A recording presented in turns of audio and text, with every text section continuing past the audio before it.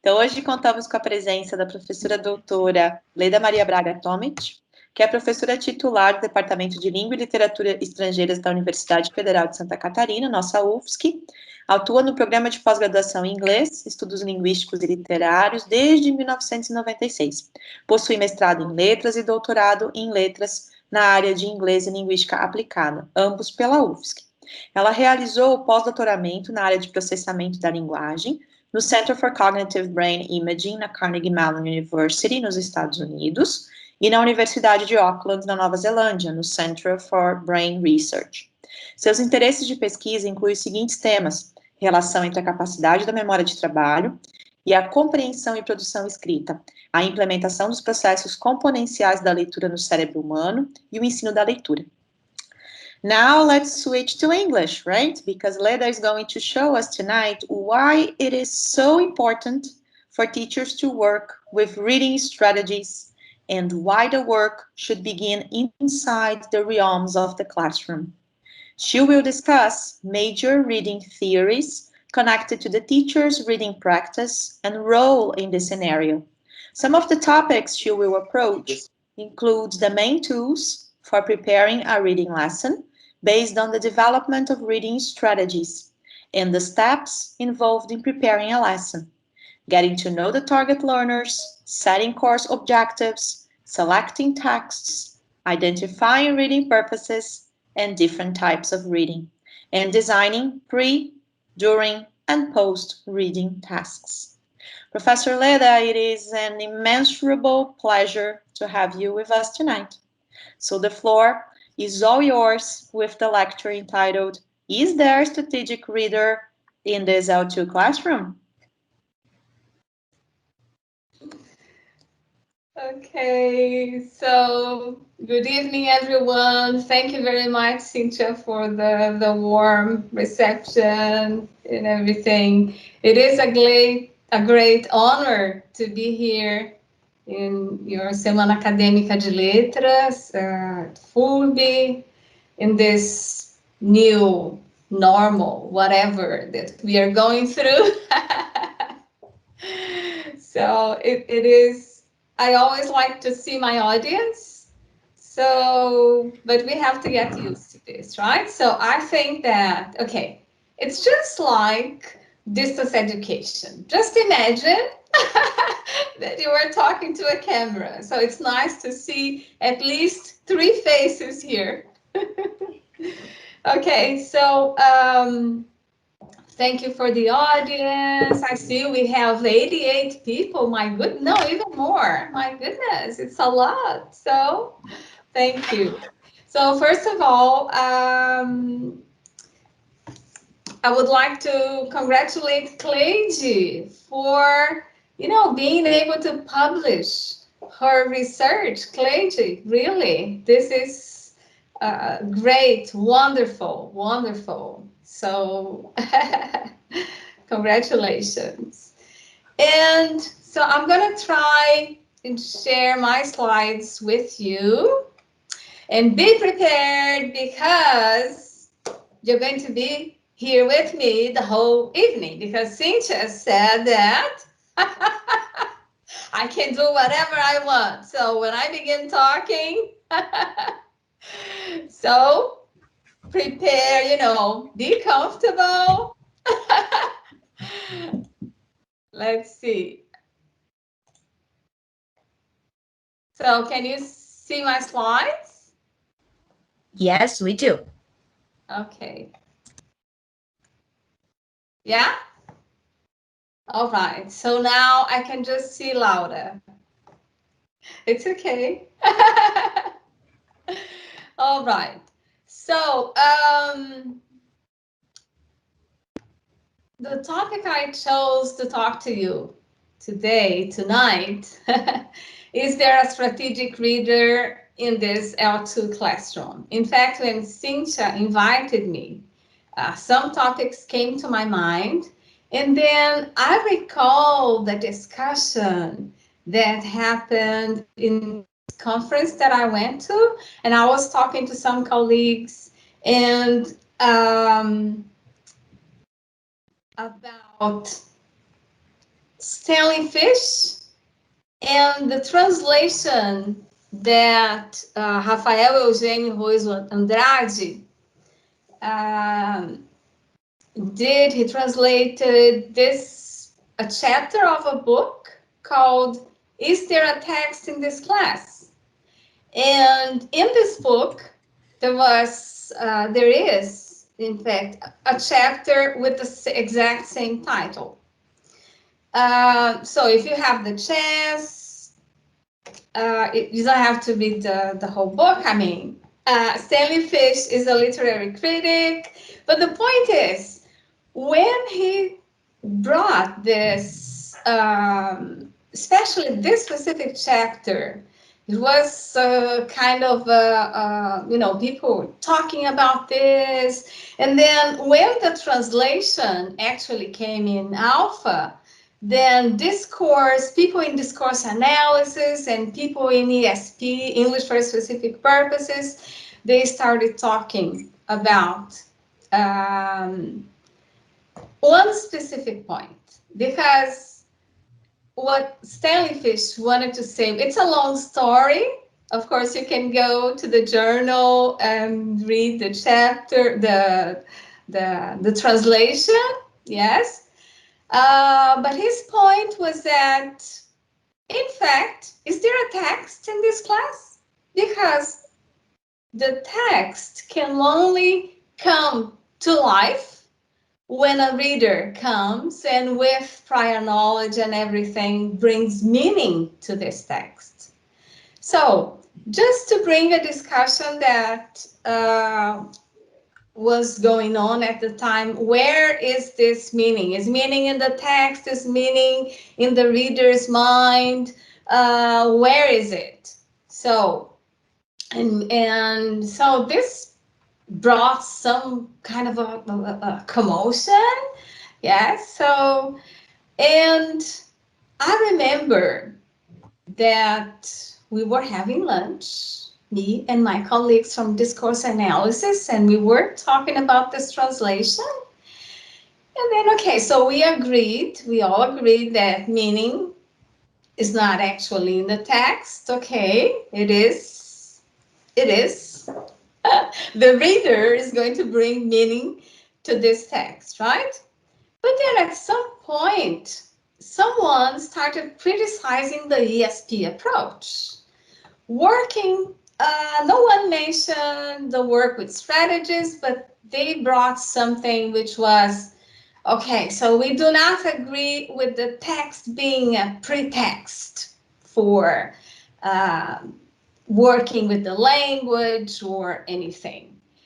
And then I said, okay, so no, if you bring a text, you should work from beginning to end with the text. So the students should read from left to right, beginning to end. And I said, well, this in L1, okay, but in L2, beginning readers are not going to be able to do that. Okay, anyway, so I'm going to close the discussion just to say that the title came to me in reference to this discussion. So I think the point is that, okay, we know that meaning is not only in the text, right? But my point here tonight is to tell you that, especially in L2, we need strategic readers. Well, I have to say that even in L1, I believe so. But for tonight, I'm going to just try to defend this point of view that when reading in L2, in English, in Italian, in German, any other language, additional language, yes. So, having said this,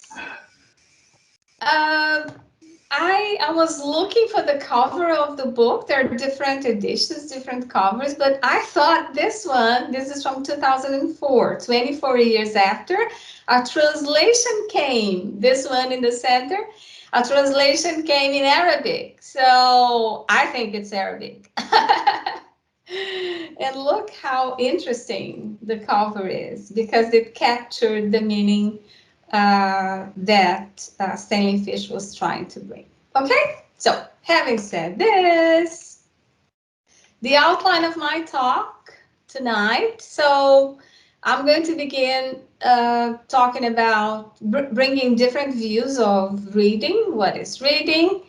The major reading theories, models, yes, bottom-up, top-down, interactive. Probably many of you have seen this already. Talk about levels of comprehension, and here I bring a model by Gane et al., which I think is very interesting. I will also talk about the importance of the strategic reader and reading strategies, the role of the L2 or the EFL teacher. By the way, I'm not using the term additional language. I'm from a more cognitive perspective, so usually in these texts, we don't see the use of the word additional. I think because additional brings with it, I'm not saying I agree with this, yes, but I'm not using it because from a cognitive perspective, I prefer to use L2, L3, yes, okay, but I agree with the use of additional language. Or EFL. I like the term EFL in the sense that English as a foreign language, this difference, foreign language, second language. So second language, if the language is learned in the country where it is spoken, right, in foreign, so there is this difference. And of course, there are different theoretical backgrounds behind all this, but I don't want to get into that, okay? That's why I have here L2/EFL. I could also have additional language, okay? And preparing this reading lesson then, and the steps involved in this lesson that, in fact, Cynthia has already mentioned, okay? So let's begin with what is reading. And here, one of the, I am this person that I just love images. I love images. And I like to find images which can represent processes that I am talking about. So I'm going to show you 4 images. And when the 4 are on the screen, I'm going to ask you to just print it, okay? Is that okay? Or just have them in mind if maybe you have a good memory. So this would be image number 1, one view of reading. Image number 2, another view. Number 3, number 4. I'm going to present, in fact, these 3 models. I'm going to talk about Gane et al., okay, but I'm putting it aside from the other 3, bottom-up, top-down, interactive, okay? So these 4 images, they have to do with the 3 models, more specifically. Bottom-up, top-down, interactive. So what do I want you to do? So print a screen, if possible, or just have in your mind, yes? Can you see the arrow here? Yeah? So this would be Cynthia. Yes. Are you there? Okay. Yes, we do. I was just trying to open my mic. I'm sorry. Okay. Okay, no problem. So can you see the arrow? So this would be number 1, number 2, number 3, number 4. Okay? For now, just keep things in mind. Cynthia, if you want to close your camera, no problem. Okay? It's okay. No, you can't be there. I can look at you. I love you, but yeah, so you decide. Okay, so I'm going to begin talking about Gane's model because this is, although it's not called actually a reading model, it's a language processing model. which has a very complicated theory behind, which I'm not going to address here. It's not the point. The point is, why do I like the way they talk about reading? In fact, this is from a book called The Cognitive Psychology of School Learning. They have different chapters. One of them is about reading, but they have other school disciplines like geography, history, problem solving, so on. Okay? So, what they say is that reading comprehension is made up of component processes, okay? And first, you need this knowledge about. You need the two, knowledge about and knowledge of how things happen.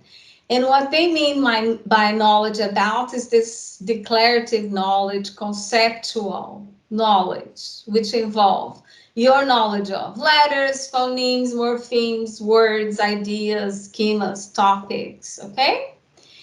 And so prior knowledge would be here in schemas. And also skills and strategies. One thing I didn't like very much when I came up with this model is because they put the two together, and later I'm going to talk about this, why I think there's a difference, not only me, but many other people. So, and this would be procedural knowledge. So declarative knowledge would be this content knowledge, prior knowledge that you bring to reading. And these skills and strategies, what they call procedural knowledge, the knowledge of how, would be the sub-processes of reading that you need in order to comprehend, okay? So these component processes would have like 4 levels, yes? The lowest level would be decoding, and then the next one, literal comprehension, and then inferential comprehension, and the highest level here would be comprehension monitoring, okay? Decoding, they say, involves matching and recoding, but here, if we look at other language processing models, or if we think about reading, there are things happening inside decoding which are not actually mentioned here, right? So first, when you look at a text, yes, you look at the screen with a text or printed, whatever, yes? So you see, for example, the cover in Arabic. I say it's Arabic, but in fact, I didn't check. There was nothing, not even in English, telling us that that was Arabic. So, but okay. So the only thing I could say is that, okay, that's Arabic. Yeah. So I just saw traces. And in fact, our eyes see that. But the point is that in the beginning, the child learning to read, for example, right? She has to learn to recognize each one of the letters, in our case, from the alphabet, right? So we see traces of letters. So first we have letter recognition, and then word recognition. So all this is inside decoding for Gane et al. So we see this word on the page, and this visual that we, the graphemes, right, that we see, we either match with the meaning in memory directly. This is kind of controversial, and or we need to recode. What is recoding? Sounding out. And we sound out in order to get the meaning, especially with new words, unknown words, rare words, words we don't actually see very much or we have never seen. Probably we're going to try to pronounce the word, to sound out the word in order to try to find a meaning for that. Okay, so matching would be directly. Graphemes, meaning. Recoding would be transforming the graphemic input into phonemic and then accessing meaning. Okay, so very low level process, necessary process. Okay, very necessary. The next one is literal comprehension. So here, for didactic purposes, we are talking about first decoding, second literal comprehension, and then inferential comprehension.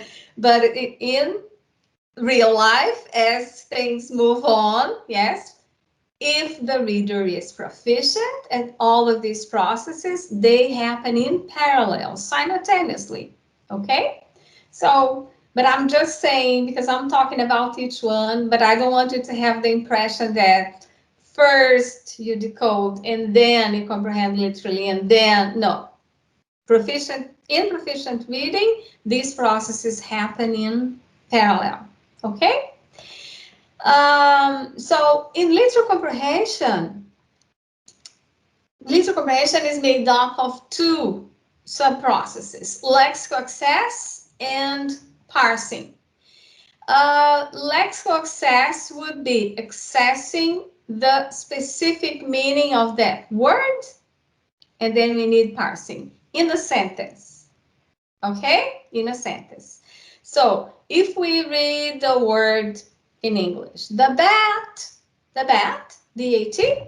So the bat, we decode bat. But then for us to get the specific meaning, because bat may be the animal, terrible animal, no, poor thing, but you know, I'm afraid of bats, so they're very ugly. But anyway, so the bat animal or the bat baseball bat? You are only going to know this once you continue reading the sentence and you parse the sentence. Parse would be like performing this syntactic analysis of the sentence.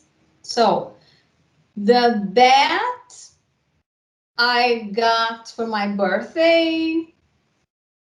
Oh, yes. Would anyone give a bat animal for someone's birthday? I don't think so, right? But anyway, as you move in the sentence, then you are going to access the specific meaning of that word, okay? And inferential, so usually decoding and literal comprehension would be considered more lower level processes, and inferential comprehension would be a higher level, okay? So all our inferences are here at this level, and inferential comprehension would comprise integration, summarization, and elaboration. So we read a sentence in a text, and then we read the second sentence.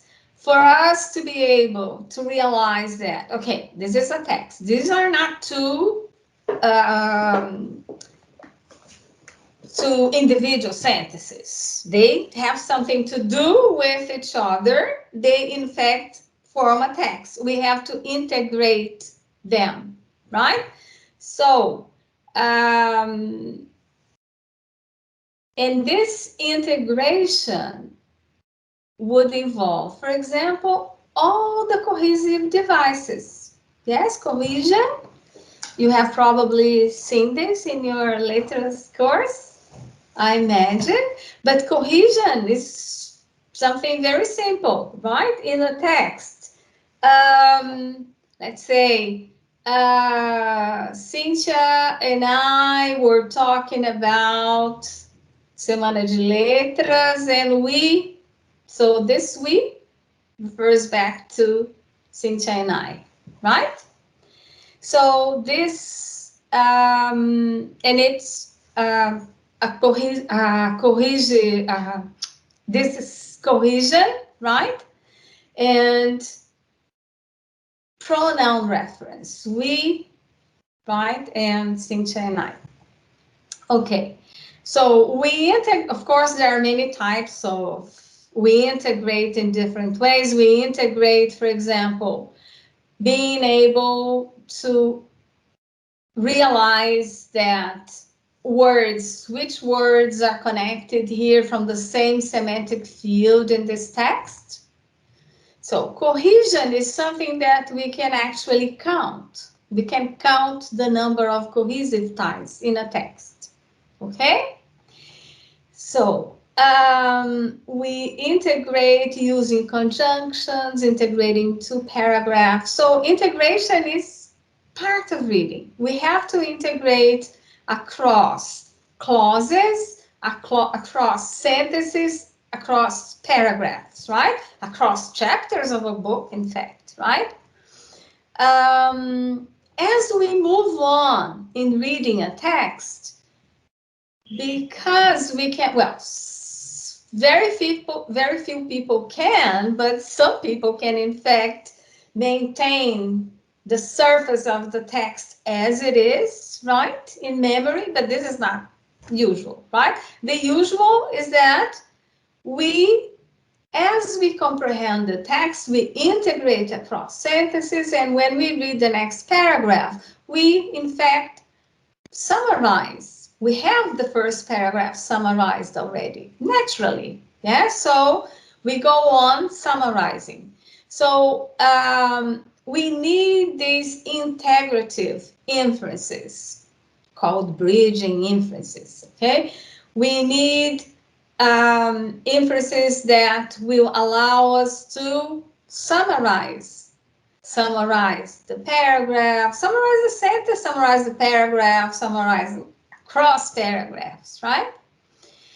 And as we do this, we also, for us to get to the end of a reading of a text and say, okay, I have comprehended this text, we have to create what we call a mental model.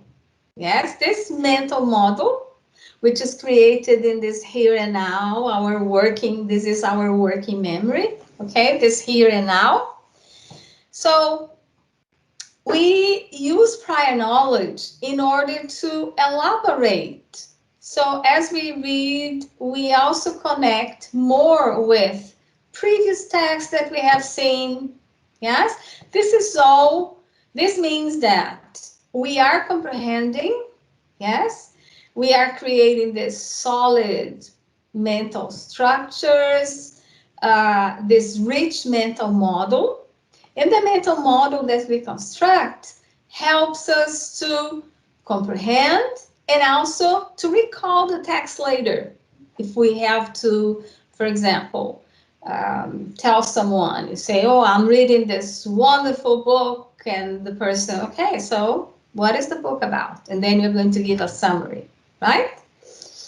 Because you have been able to integrate, summarize, elaborate. You created your inferences.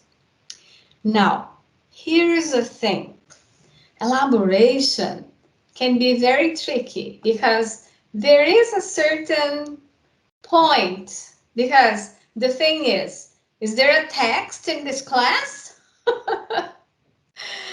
If you elaborate too much, at the end, you are going to just, kick the writer out of the text and have your own interpretation, which is all new. We don't want that, right?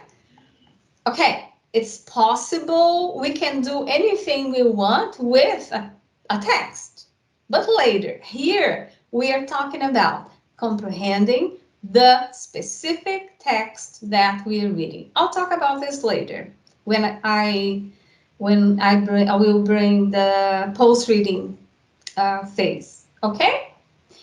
And as we are reading, I'm talking about proficient reading, yes? As we are reading, we are also monitoring our comprehension, because strategic readers, when they grab a piece of text to read, they set a goal. So why am I reading this? Okay, I have to study study for what? For this exam? What type of exam? So you set a goal, or you say, oh, I'm just reading for pleasure. Come on. Even reading for pleasure, you have to select the correct strategies, right? Because rereading too much would not be, for example, a strategy for reading for pleasure, right?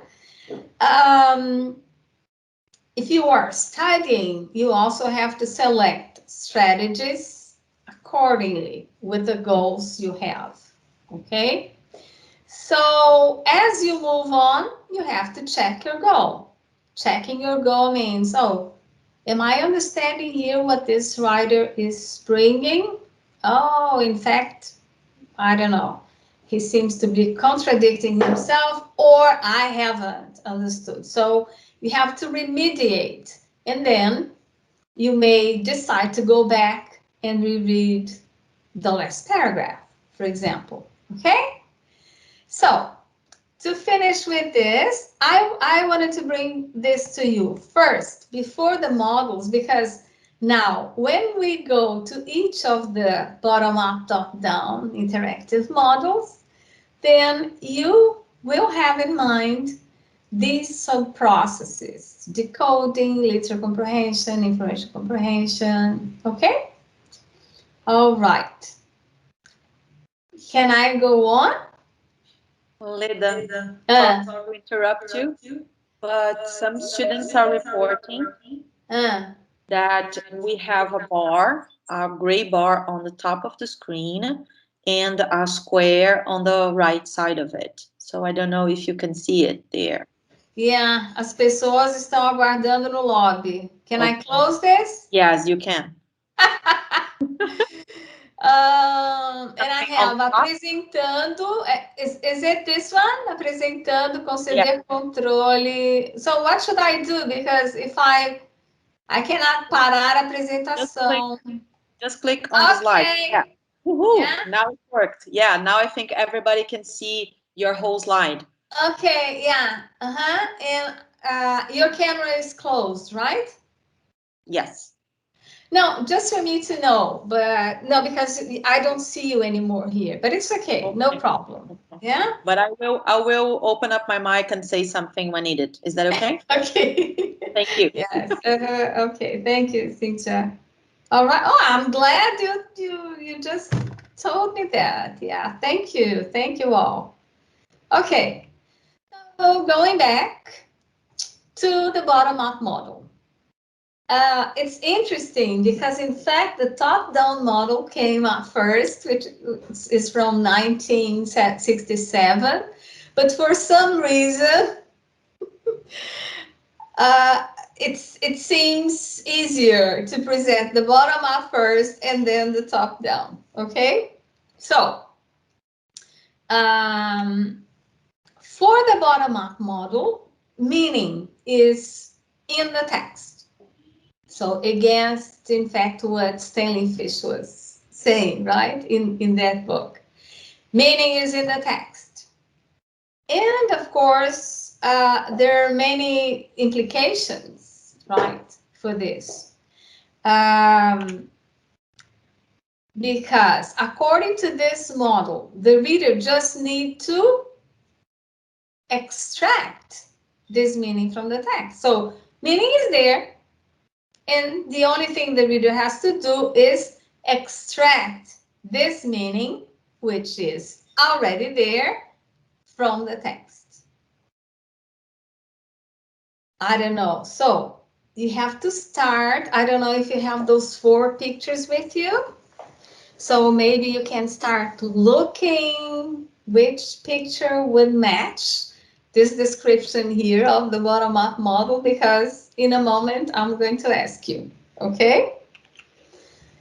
So in this model, processing is serial, linear. It happens in a sequence that goes from lower level processes, remember from Ganet et al., beginning with letter traces, letter recognition, word recognition, right? To higher level processing, meaning would be here in this higher level processing. So comprehension is seen to go from letters to words and from words to meaning. I hope the picture is not let me see. Okay. So one limitation for this model is that it imposes a heavy burden on working memory, because imagine first seeing traces of the letter, and then the letter, and then the word, and then the next one, right? So your working memory cannot actually deal with it. So what is going to happen is that you are going to miss many things, right? If you read this way. And in a moment, I'm also going to tell you that it's not that, oh, the bottom-up model, in fact, does not. Why don't we just leave it aside? I'll tell you why in a moment, okay? So now the picture. Now I need Cynthia. So audience. I'm here. Okay. I would like you to tell me which of the 4 pictures you think matches here, this model, the bottom-up model. Leda, just to help, I took a screenshot of the 4 pictures, all in your slide, and I put there. Yes. So people, do you think it's number 1, the one with book open? Number 2 with the person going up, right, Leda? That's number 2. Uh-huh. And number 3, the one with a scenery coming out of the book. And number 4 is the last one with the book open and a person, right, coming out of the book. Which one do you think? Tiago has put here the last one. Let me just wait for more answers, Leda. Emerson is putting number 4, Julia 2. Everyone number 4. Yes, Ana Luisa is putting number 4 too. Gabriel too. Oh my God. Oh, why? No, they have to say why then. Yeah. Why, people?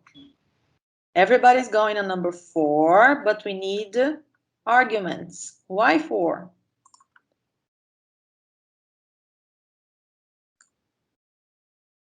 I cannot hear you. Yeah, they are not opening the mic. I don't know if some. Tatiana is saying number 3. I guess it's because the 4th image, it's like, it is extracting the page, you know. Oh, that was nice. I like that. Yeah. It is, in fact, extracting. Okay, ta-da! Woohoo! Okay, of course, you know, it's not that there are no correct answers, because I'm sure if we were in you know, face to face, maybe you would tell me, no, I think this one would be, and then you would give me all your arguments. But here, for now, you just have to agree with me that this person is extracting meaning from the text, right? So, okay. Now, oh yes. Now you have to read a text that I'm going to put here on the screen. If you have seen this, probably if you were my student, probably you have, because sometimes I use this one, I use many different ones. The point is, if you have seen this, okay, just wait a little bit, yes? But if you have not, I want you to read the text and just write in the chat. What is the text talking about? Okay? 1, 2, 3. I'll give you like maybe would 2 minutes? Yeah. Well, I'll just check how you were going. Okay.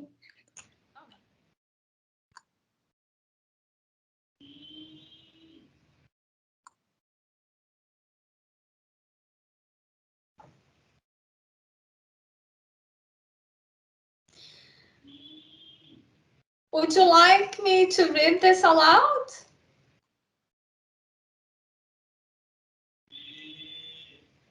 Maybe. Let's wait. People, what do you think? I think people are already reading it. Okay.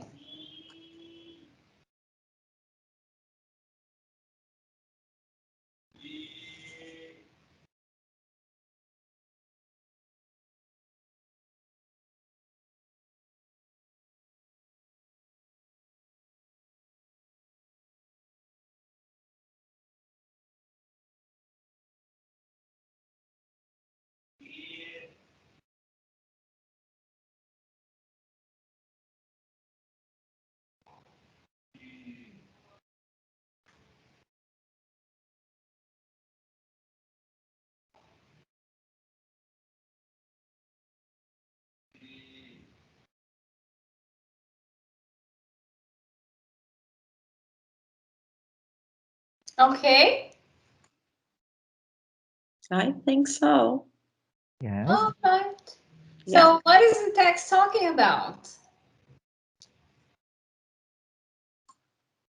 Hmm? Such a good question, right? Come on, people. What do you think is it talking about? Just bats. Guesses. Just guess. Yeah. Whatever Yes. comes, yeah, whatever comes to your mind. Mm-hmm. But it's talking about our hero. Okay. Who is our hero? I don't have the reference. Tiago has put here on the chat kind of a hero's journey, maybe? A The hero's journey journey. Okay, but who's the hero? With hot gems financing him. Our hero bravely defied all scornful laughter that tried to prevent his scheme. What was his scheme? Yeah. Roger is saying here, the brain is burning, too many subjective words. Martha has contributed here, maybe an explorer. But who is the explorer? Your eyes deceived, he had said. An egg, not a table, correctly typifies this unexplored planet. Yeah. Carla is saying here, maybe a thief. A thief? Yeah, or an explorer, like they saying, when they thought the earth was flat, but he wanted to prove it, is like an egg. Okay. So the point is the problem individual words? No. Martha has contributed, Leda, that is a sailor. Maybe a famous one, I don't know. A hero? No. So the problem is that, well, maybe you don't know the meaning of some words, but is the problem that you don't know the meaning of some words, or because you could not activate a schema? Yes. Because you're reading in a bottom-up way. Yes? But the point is, what if I give you a title? Ta-da! Christopher Columbus, yes, a sailor discovering America. Right, so if we go, of course, you have to know a little bit about history, but it gets easier, doesn't it? With hot gems financing him, maybe, well, who financed him? Yeah. I remember studying the crown. The crown? No, in history classes, the crown, a coroa. Yeah. Coroa da onde? No, you don't have to know this, okay? You don't have to know this. But it's Spain, right? Yeah, So, Tati has put here, aren't the three sisters ships? okay. Yeah. So now that you know it's Christopher Columbus, you know, okay, yeah, he's an explorer. Someone had already mentioned that. A sailor, right? with the three, which Tachi mentioned, the three sisters. Yes, yes. Yeah, so the vessels, right, the ships. Yeah. So once you know, once you are able to activate a schema, then you start actually building this mental model, right? And understanding what the text is talking about, right? Of course, as I said, the more you know about history, the easier this is going to get. But if I gave you the title and I asked you, so what is the text talking about? Probably you would be able to name many things here which are happening. Or you could have actually learned with the text, right? But anyway, yeah. So remember, recall, just, yeah, out of the Columbus, he wanted to find a new route to India, China, Japan, and the Spice Lands. And so he sailed across the Atlantic Ocean for 10 weeks. And then he landed on this small island in the Bahamas, and he named the island San Salvador. But the point is that he called all the people he met in the islands Indians, because remember, he wanted to go to the Indies, and he thought that he was sure that he had reached the Indies. In fact, he hadn't, right? But anyway. Okay, so just to say that the type of reading that you did here is bottom up. Why bottom up? Because you could not access a schema. You did not have, someone mentioned the words are too general. I don't know which word the person used, Cynthia. It was too general, right? Too vague. Too vague? No, subjective. Subjective, yes, yeah. Vague, subjective, and this person is right, yeah. Mm-hmm. Because this was the objective, okay? All right, so the next model by Goodman, and remember I told you this came before the bottom up, in fact. But anyway, it's called the top-down model because meaning is seen to be in the reader's mind. So it's just the opposite, okay? In the reader's mind. So for Goodman, reading is this psycholinguistic guessing game, and the reader constructs hypotheses based on clues or cues that she finds in the text, and then reads the text in order to accept or refute these hypotheses. So that's why he calls it a psycholinguistic guessing game.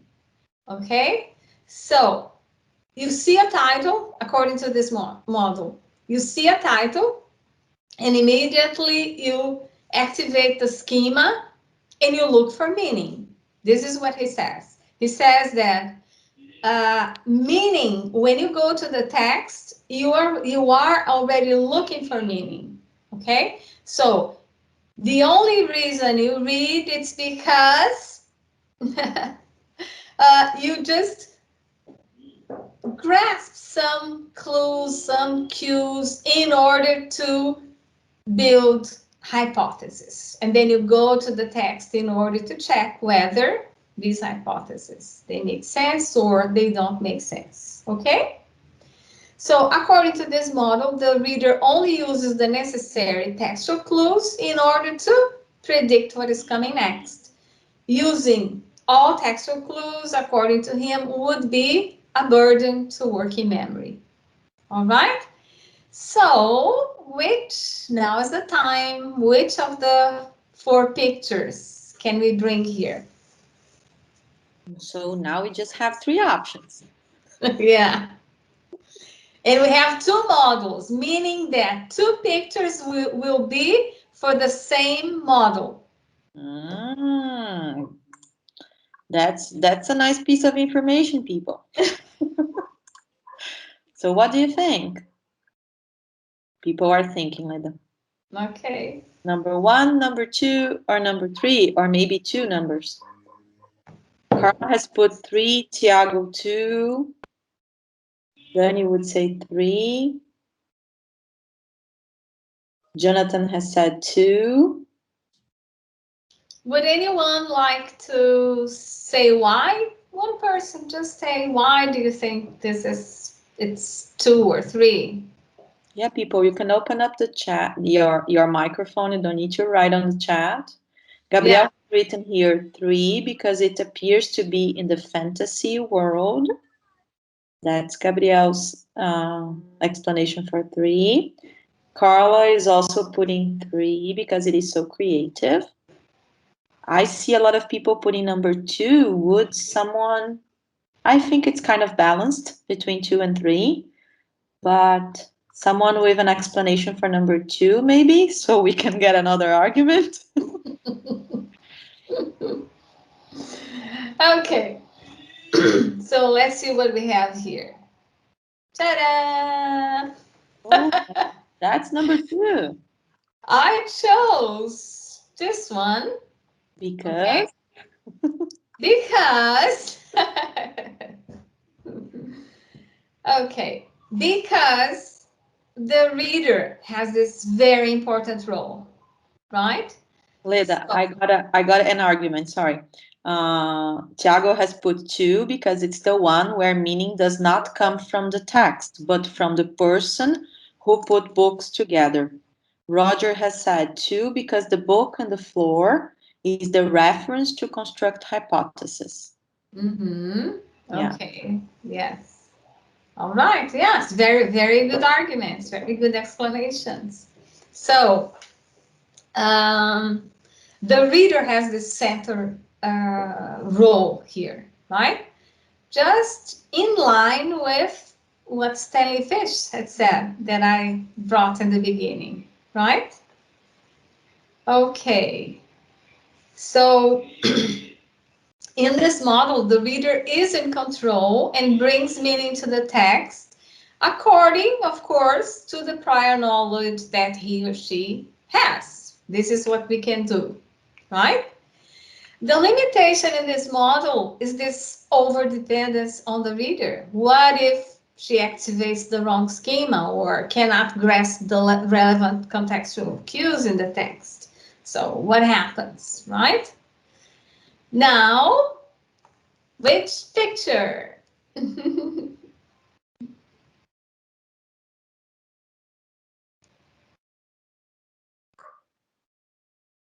Oh, Is it okay. number 1 or number 3, right? Because we already used 2 and 4. Because I'm already telling you that I have another picture for this model.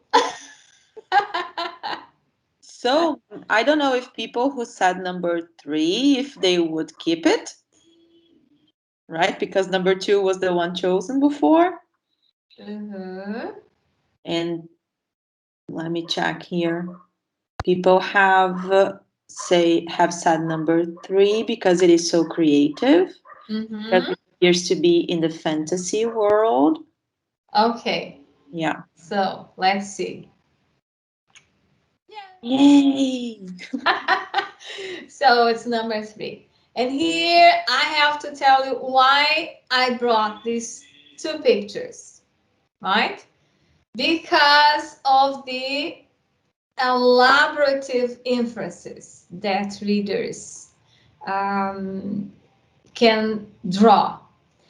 Elaborations, this is the thing with elaborations. Elaborations, for example, let me go back here.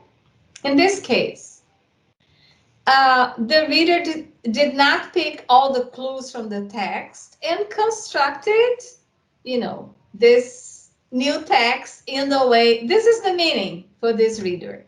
Although he did not actually use everything in there, right?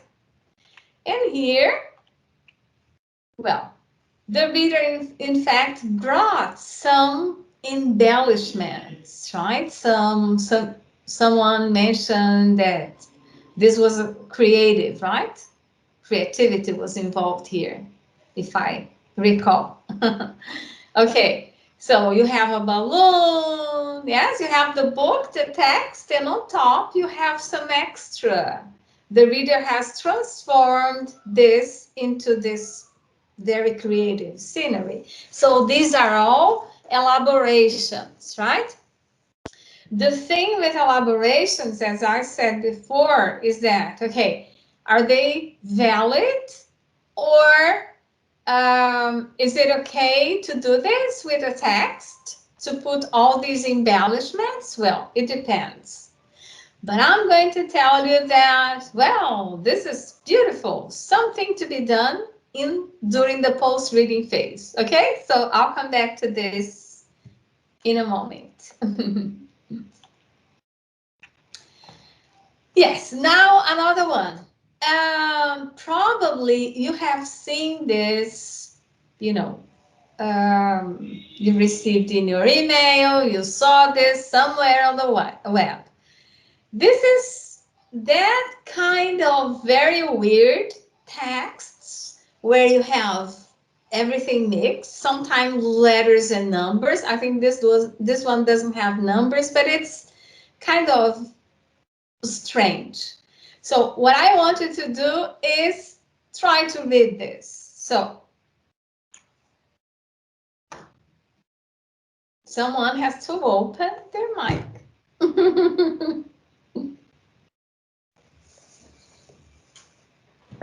Come on, people. If you can read this, you have a strained mind too. Yeah, it's okay. Now, can you read this? Only 55 people out of 10, out of 100 out can. of 100 can. Okay, so now the whole thing. Can I? Yeah, sure. Okay. I couldn't believe that I could actually understand what I was reading. The phenomenal power of the human mind, according to the researcher at Cambridge University. It doesn't matter in what order the letters in a word are. The only important thing is that the first and the last letter be in the right place. The rest. Yes, can be a total mess and you can still read it without a problem. This is because the human mind does not read every letter by itself, but the word as a whole. Amazing, huh? Yeah. And I always thought spelling was important. Okay, so wonderful. So, could everyone read this? No. Yes. Yes. Well, I tried this on my husband here, and I think he had a problem with one or two words. And I remember when I first read it, it took me some time. The point you stopped was the rest can be a total mess. This rest for me, it took me some time to read this. Okay. And sometimes you have numbers in the middle.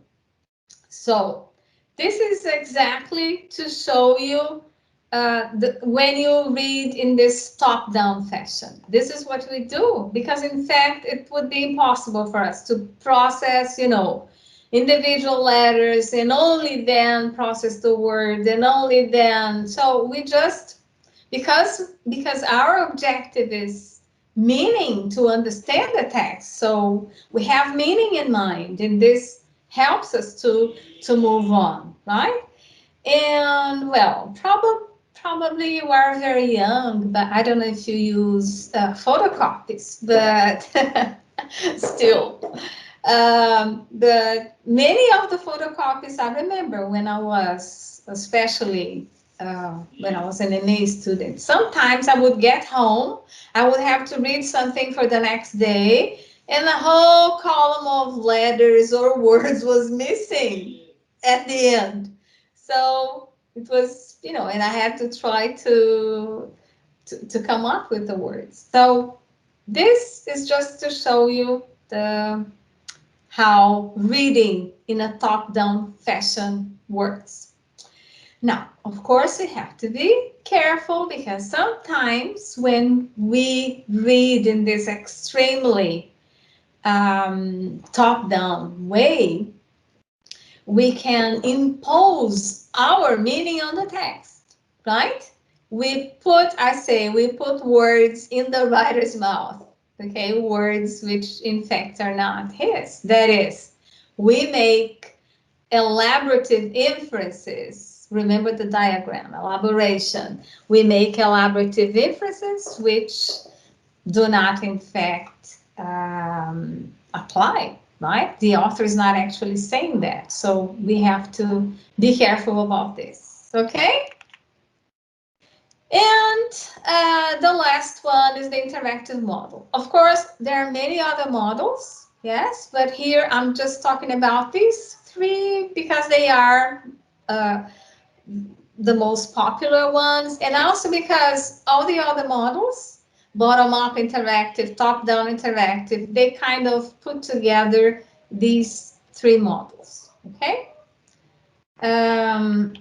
So, for the interactive model, meaning comes from this interaction between what the reader already knows and what comes from the text. Yes? So the interactive model allows information found in a higher processing level to influence the analysis of a lower level. A very nice example is children learning how to read. I remember my son going with me to the supermarket and actually reading labels, things he liked, like Fanta, Coca-Cola, he would say, right? Or escola, in a place that he knew it was a school, okay? So this is an example of a higher level, which is meaning context influencing decoding. Oh my goodness, oh yeah. So this was the only one left, right? Yes, yes. Okay, so no big deal. Well, but the thing is, why did I choose this picture here, which is from a very nice book called Comprehension by Walter Kimch. Maybe some of you have read it. So, why do you think I chose this image? Come on, people. Anything?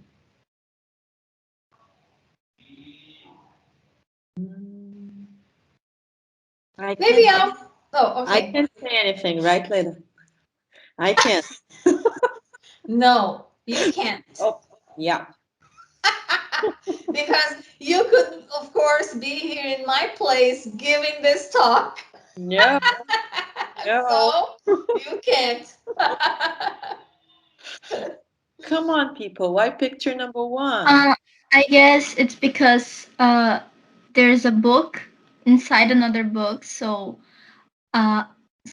I guess the bigger book is something that I already know, and the smaller one is something that is it's coming from the text. I don't know, or maybe it's something about the frame. Very, very nice. Yes. Julia. Julia. I would also comment on the frame around, and I would add to the idea of intertextuality too, you know. Yeah, sure. Okay. All right, very nice, people. So, Leda, just to complement, I have Ricardo on the chat saying one fits the other. And I have Tiago Amado saying because the view is integrated with the book. So this interaction, right? That's it. Yeah. Okay. So the thing is, context is very important, right? So, for example, the evidence that came to Romahart and McClelland when they came up with the model was that more letters are apprehended in a word than in the same letters of the word but scrambled. For example, try to memorize these letters. I'll give you 10 seconds, okay?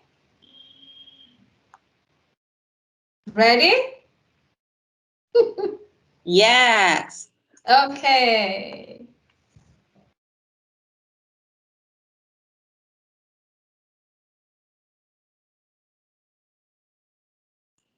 People cannot take screenshots or no, just the screen. Print screen. No. Memory. Okay, so I'm gonna ask you to just write these letters down, okay, please? Write these letters down.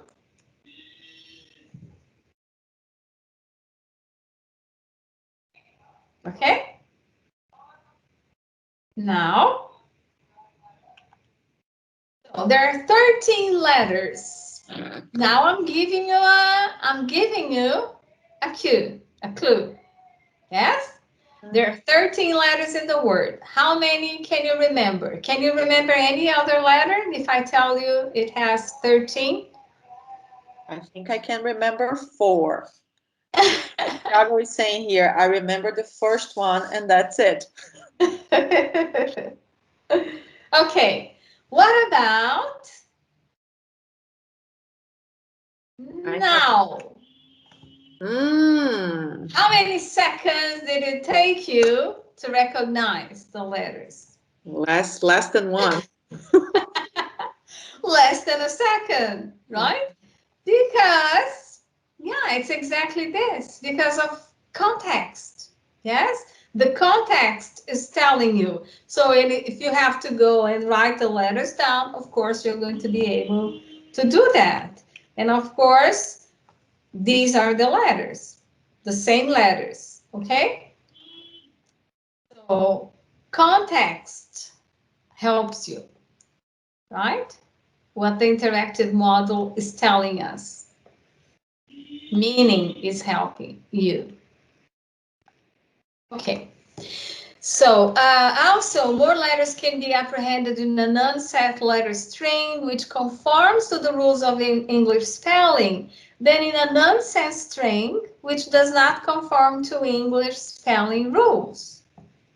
And here I'm not gonna really test you, but I'm gonna show you Lewis Carroll in his very creative text that even today, if you put borogroves, for example, in the web, they're going to tell you it's from Lewis Carroll. But of course, he invented everything, but he followed the rules, right? So, 'twas brillig and the slightly toves. It seems like English, right? Oh, and also because here he kept all the articles, all the prepositions, right? He kept them here, connectives.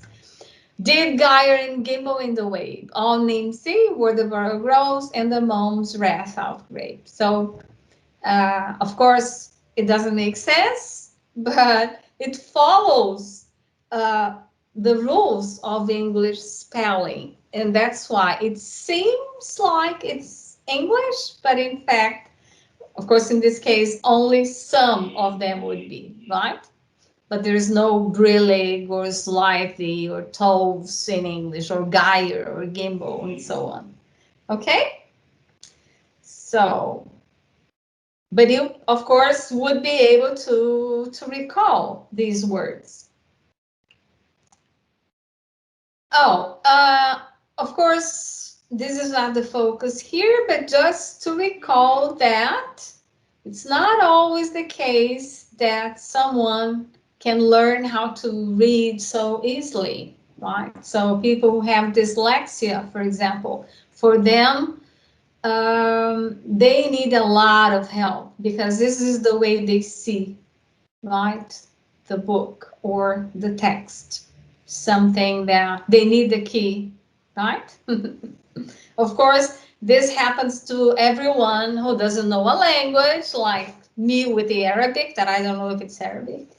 Anyway, okay? But they need a lot of help. And reading, of course, has to be taught in order to, for someone to learn, right? You have to teach reading. It's not like speaking that naturally the child is going to learn. Okay. Time for a quiz. Were you expecting this? So I'm going to show you 3 paragraphs and you have to say which one is bottom up, which is top down, which is interactive. Okay? Are you ready? Yes. Okay, thank you, Cynthia. This one. Reading is basically a hypothesis testing activity where the reader has a central role in assigning meaning to the text. Which one is this? Cannot hear you. Assigning meaning to the text. Hypothesis testing. Huh? Top down. Top down, yeah, sure. Top down. Reading is a process where meaning is constructed between what the reader already knows, which is old information, and the information the text brings, the new information. This one is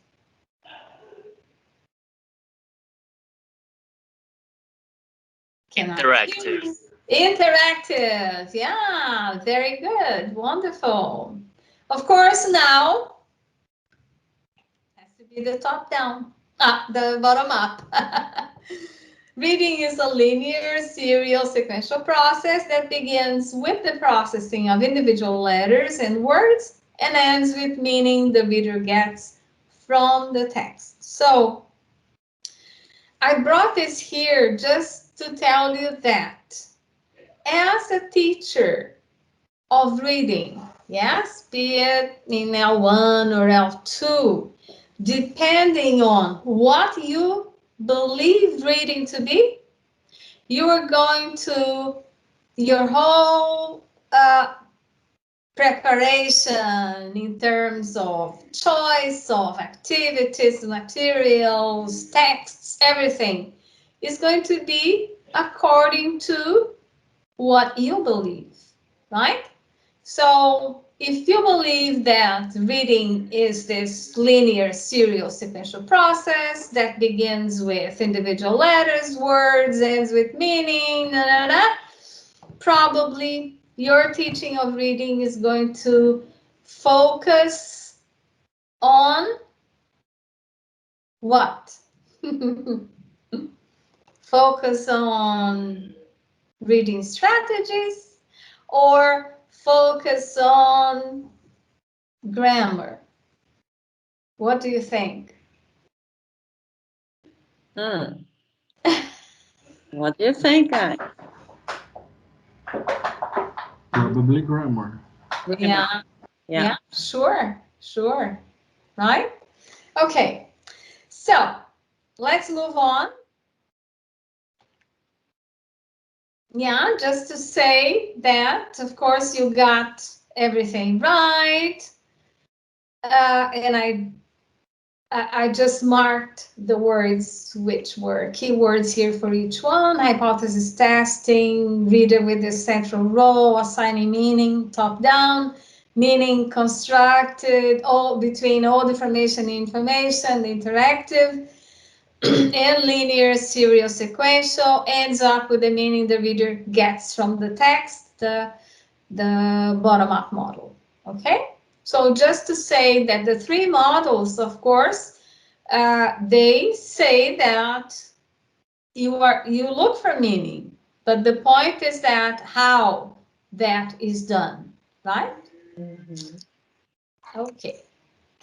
And of course, here we're talking about this L2 classroom or L3 or additional language. It may be, you can use the terminology you want to use. So reading in L1 versus reading in L2. If you are a good reader in L1, are you going to be a good reader in L2? So all these questions, right? How does reading in L1 differ from or is similar to reading in L2? Bernhardt says that if the linguistic code of L1 and L2, if they are similar, they have similar orthographies, then the reader is going to have what she calls the word recognition advantage. So, for example, Brazilians learning English. Okay, some similarities in terms of orthography, right? So you may not know the meaning of a word, but you are going to be able to somehow pronounce the word or recognize maybe the graphemic input, assign meaning. Maybe you're not going to be able to pronounce because there's a TH in there, but you're going to be able to get to the meaning, right? If they have different orthographies, learners must develop what Bernhardt calls orthographic sensitivity. For example, Brazilians learning Arabic or Chinese, where you have different codes, right? It's vital, of course, working with this first part in terms of letter or character recognition or letter recognition. This the teacher has to begin from there, depart from this very low level, right? So are Brazilian learners of English as an advantage? English and Portuguese share some similarities in terms of the script of the two languages, syntax, phonetics, semantics, and also in terms of the more formal organization of texts in general. I'm talking in general terms, okay? But the thing is that research shows that these similarities between L1 and L2, they are not always helpful for reading. Why? Because you not always have this perfect match, right?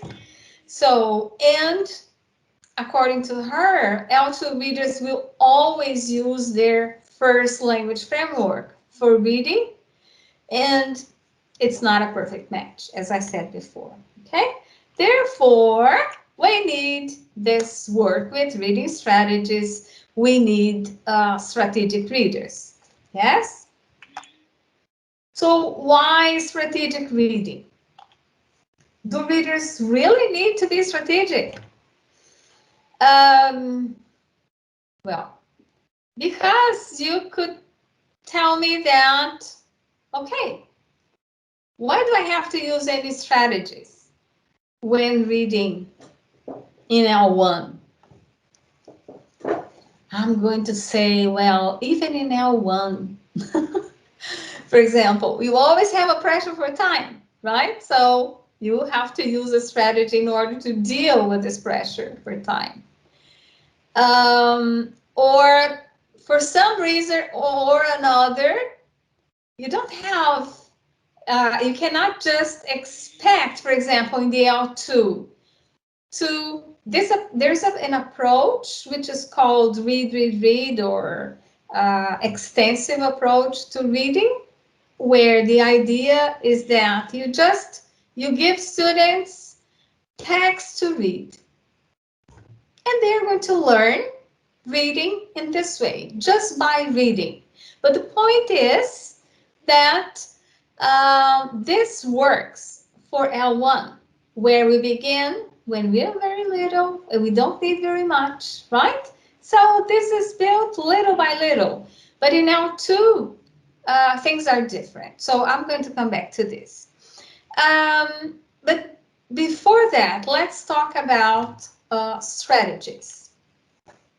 So the term strategies has been used even in the reading literature to mean different things, from automatized processes, like you were reading a text and then you have to select ideas from the text to put in short-term memory buffer before you continue reading in order to understand what is coming next.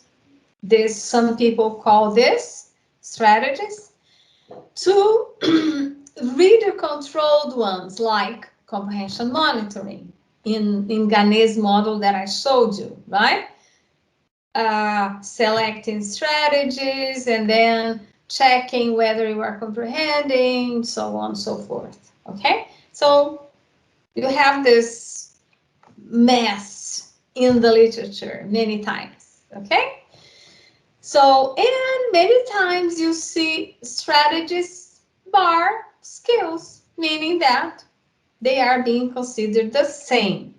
But following all these authors, more recently, Zacaron, Dalinha, and Tomitch. Who's Tomitch?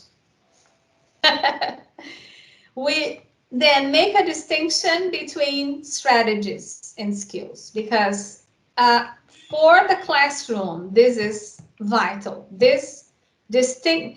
That the teacher is able to make this distinction is very important, okay? And I'm going to say why.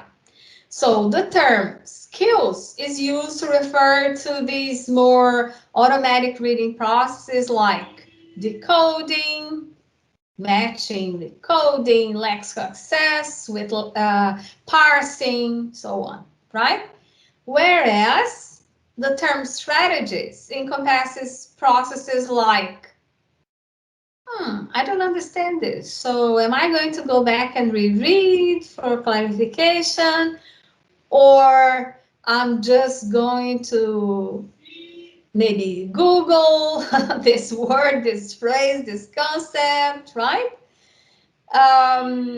Extracting salient points to summarize a text. So this extracting salient points to summarize a text. Oh, I'm going to come back to this in a moment. Sorry. So skills would be automatic. Yes, they happen without the reader's awareness. For example, you access the meaning of a word as you are reading, but when you are proficient, yes, but you do not actually have access to how this process was executed. We don't need that, right? We just get to the meaning. So no awareness here for letter recognition. Oh, how do you know that this is M, this is M? My mom, this is M.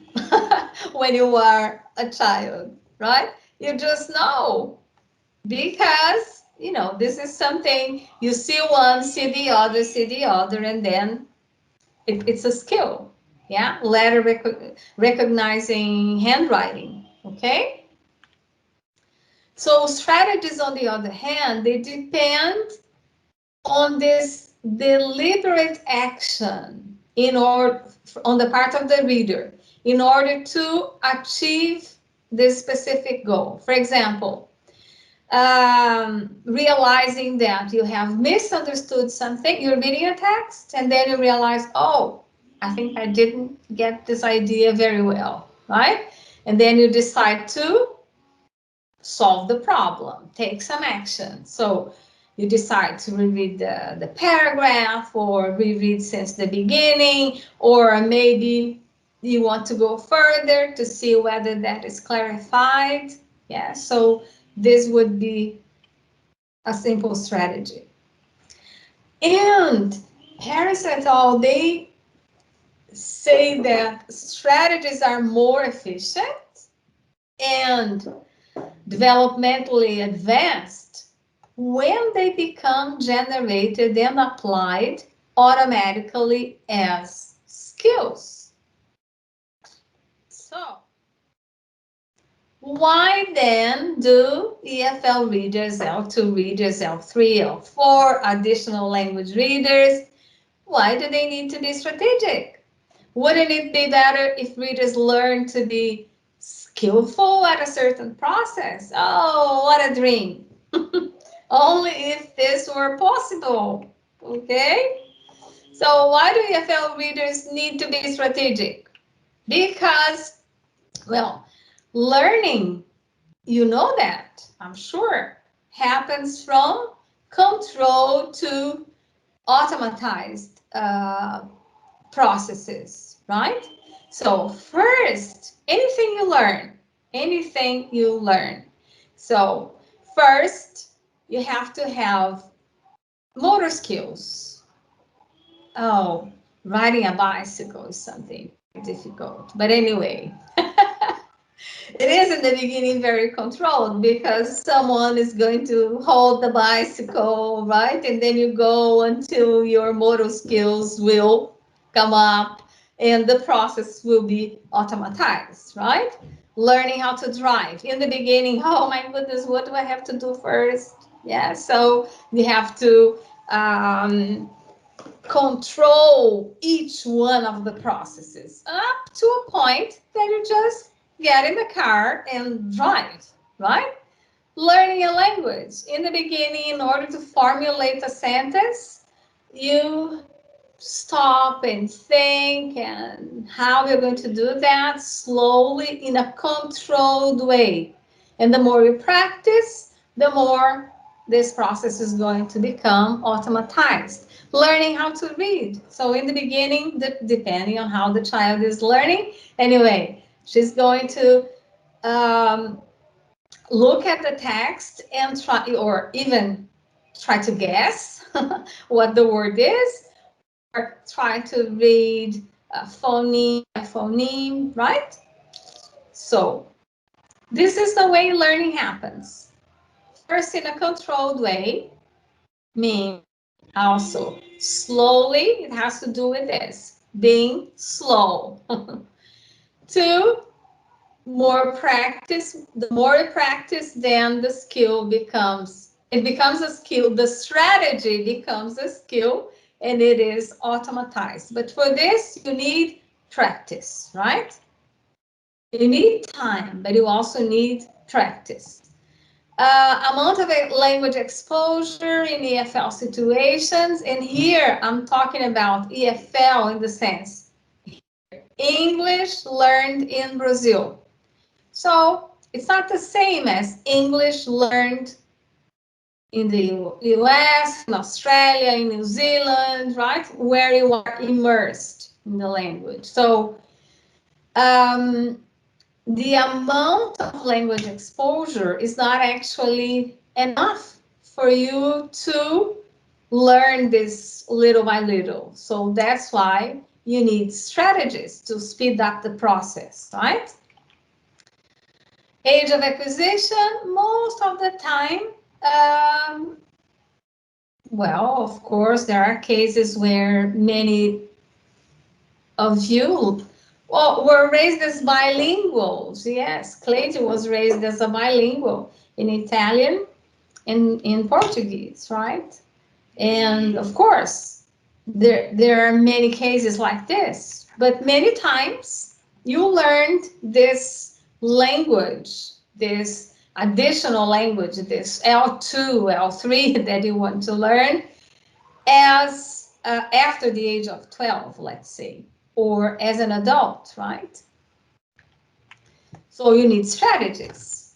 learning the L2 for specific purposes. Sometimes, for example, in many MA, not many, I think all the postgraduate programs at UFSC, they require that the student has an L2, and I think this L2 in many cases has to be English.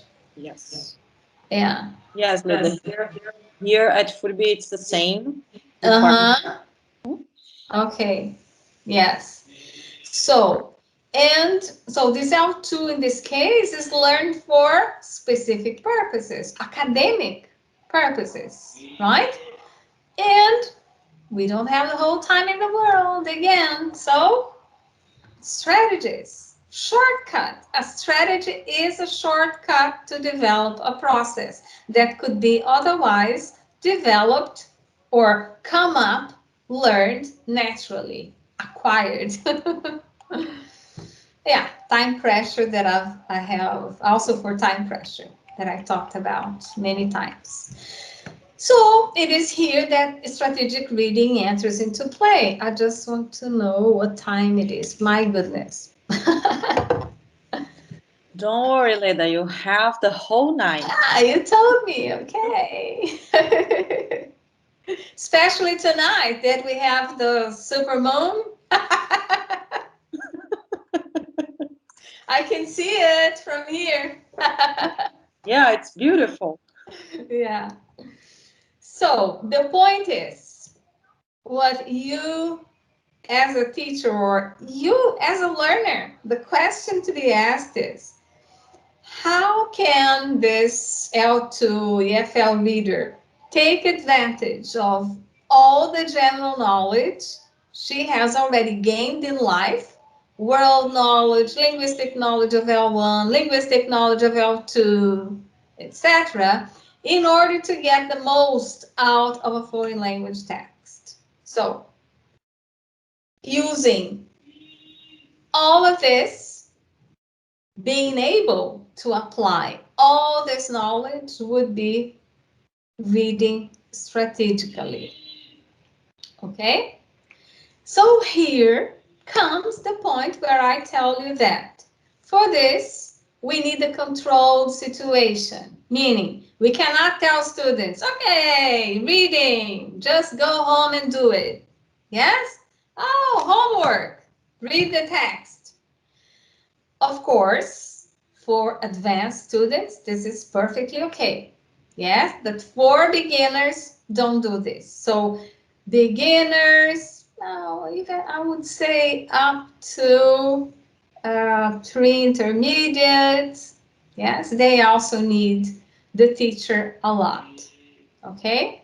Because the teacher can bring these scaffolds, andames.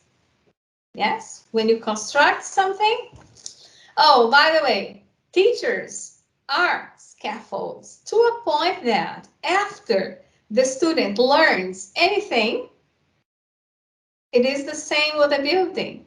When the building is ready, do we need scaffolds? No, meaning that as teachers, we also have to, we have this grief that our students don't need us anymore. And this is the objective. So with giving them reading strategies, we are teaching them how to fish, to go fishing, and not actually giving them the fish. Okay? So, and the important role of the reading teacher. By helping readers to optimize this knowledge that I mentioned before, that they already have in the L2, and succeed in reading. By giving them the necessary strategies, making them aware of the fact that they are already proficient in their mother tongue, right? So they have a lot to contribute to this reading situation in L2, especially in our case here with Portuguese and English. Well, just to give you a taste of there are some general strategies which can be used for raising student readers' awareness. For example, of course, I'm going to talk about this in a moment more, you know, during the pre-reading, during reading, post-reading, but just to advance that these are some general strategies which can raise readers' awareness in terms of the reading situation.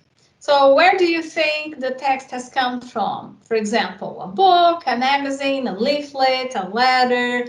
Who might have written the text? Who was the writer's, what was the writer's purpose in writing the text? For what particular group or groups of readers do you think the text was written?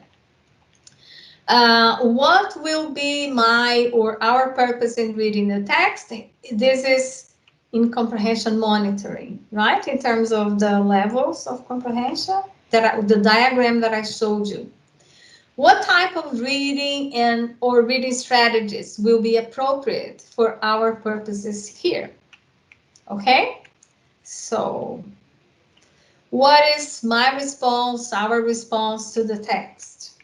So these are general strategies, general questions that can be asked. Zacarol da linha 9, we have this article that we published in 2017, where we analyzed the series of book Interchange. I'm sure you have heard of it.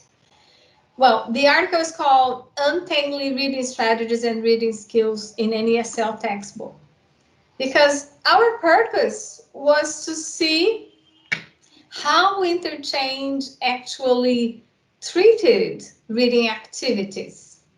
Activities would be the general term, right?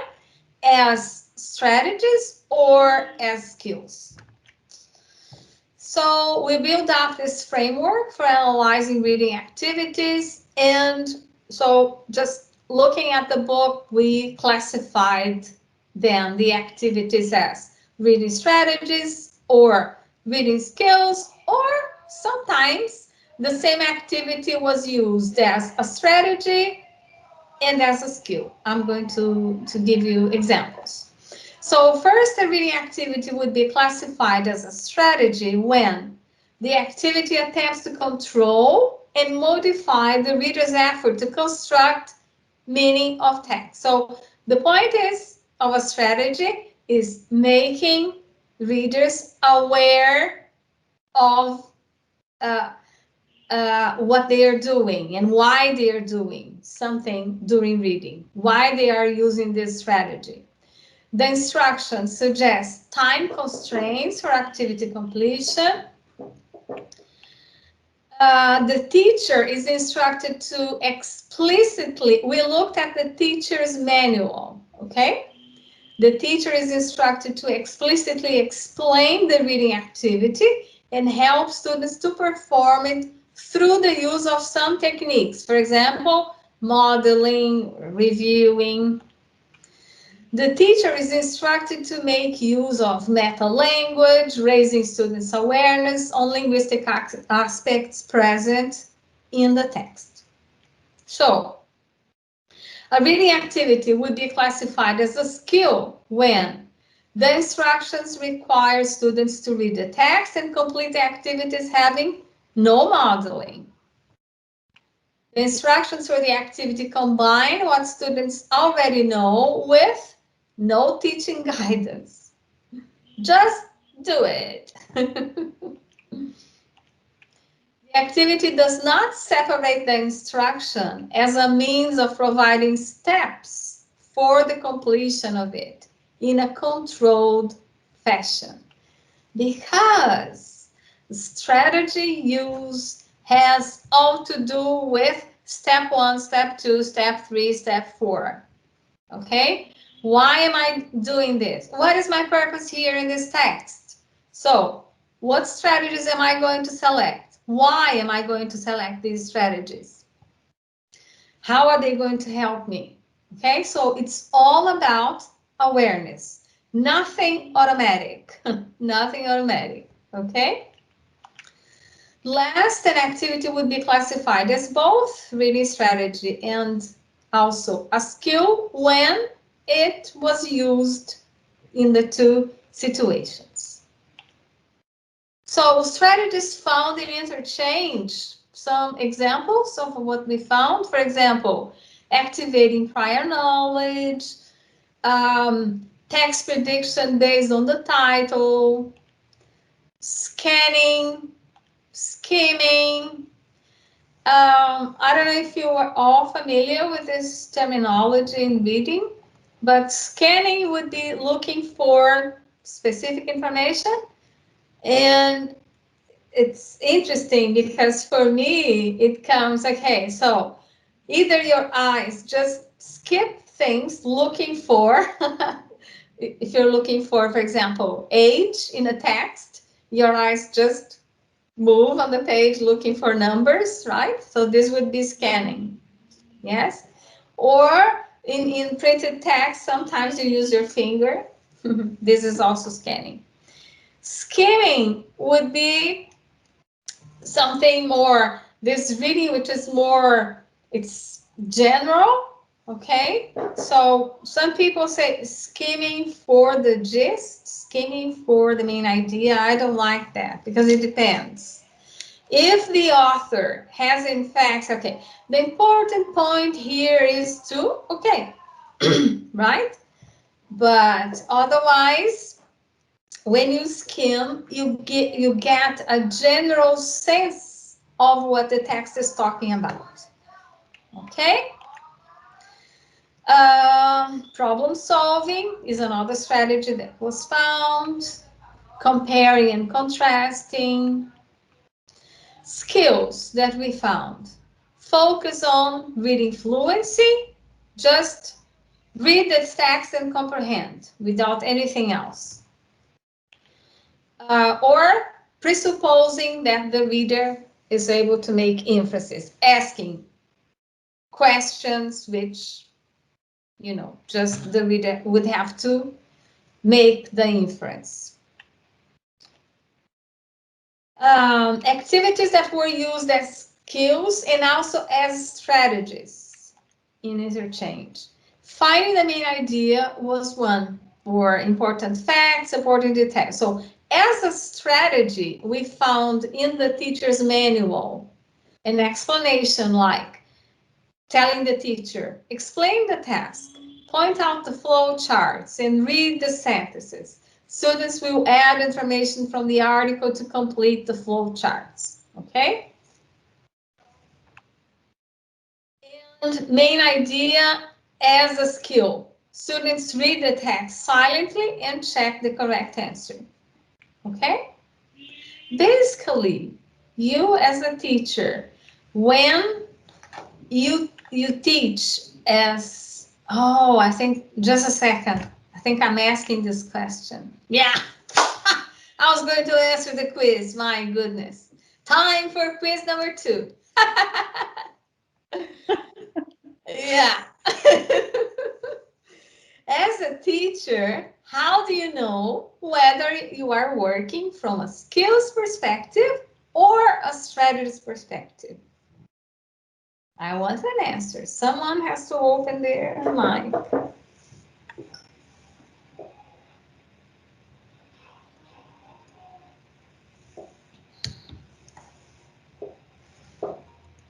No one? Come on, people. I think they are reflecting, Lêda. Okay. So don't think too much. Just say it. It's a relaxed situation. I cannot see your faces. It's a conversation, right? Yeah, I wish I could. Tati is saying here that she guesses that it depends on what students have already automatized. Yes, because remember, skills are automatized. So how do you know if you are working from a skills perspective? When everything you do is presupposing that already happened. For example, you tell students to read a text, and then after they read the text, you give them the list of questions. You are working from a skills perspective. Oh, but why? It's so interesting because if you get the list of questions and put the questions before the text, it's a whole different thing. You are working from a strategist perspective. Why? Because, of course, classroom situation, the teacher has chosen all the questions carefully, yes? And during the presentation of these questions, there are other things that are done, for example, using reading activities, and all that. And then when the students go to the questions, the teacher is, in fact, guiding the whole situation. Now go trying to find answers to this and that, and so on. Because if you just say, read the text, and the student goes to the text without any framework, well, if they are advanced students, as I said before, no problem. But if they are beginning readers, then you are going to have a problem because they're going to tend to read. They don't have the skills yet. You are asking them to use a perspective that they do not have yet, right? They are still learning the language. So you have to guide them. You have to give them the scaffolds, yeah? The strategies, okay?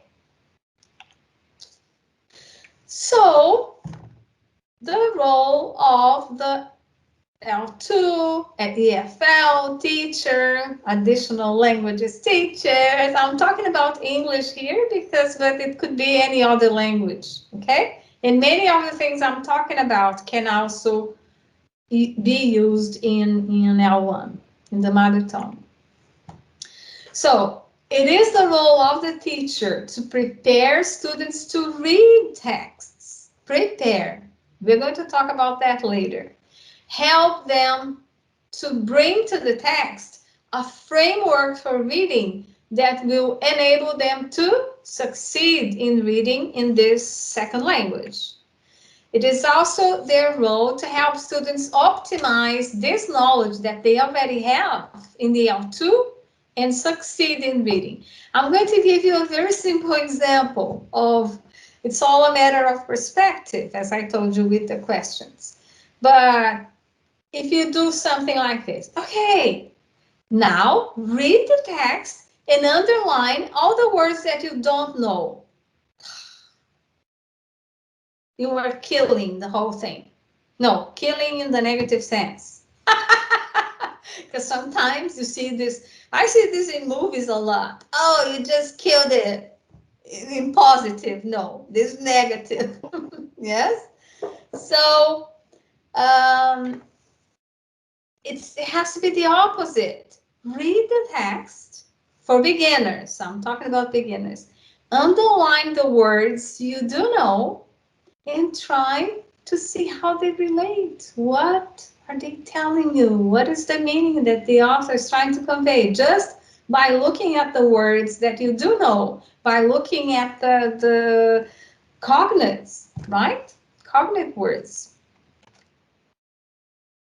Give student readers the necessary strategies, making them aware of the fact that they are already proficient readers in their mother tongue and that they have a lot to contribute to this situation.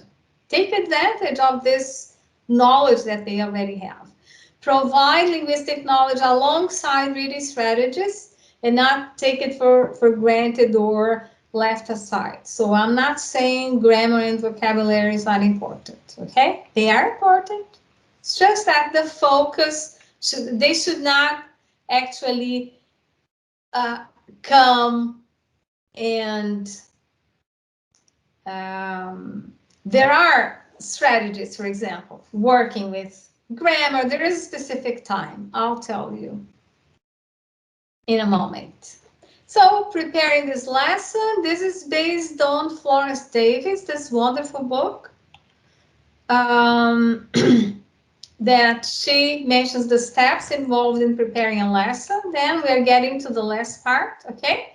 Getting to know the learners, setting the course objectives, selecting the texts, identifying reading purposes, identifying different types of reading, and of course, preparing, dividing this reading lesson in these 3 moments: pre-reading, during reading, and post-reading, and choosing, designing the tests, okay?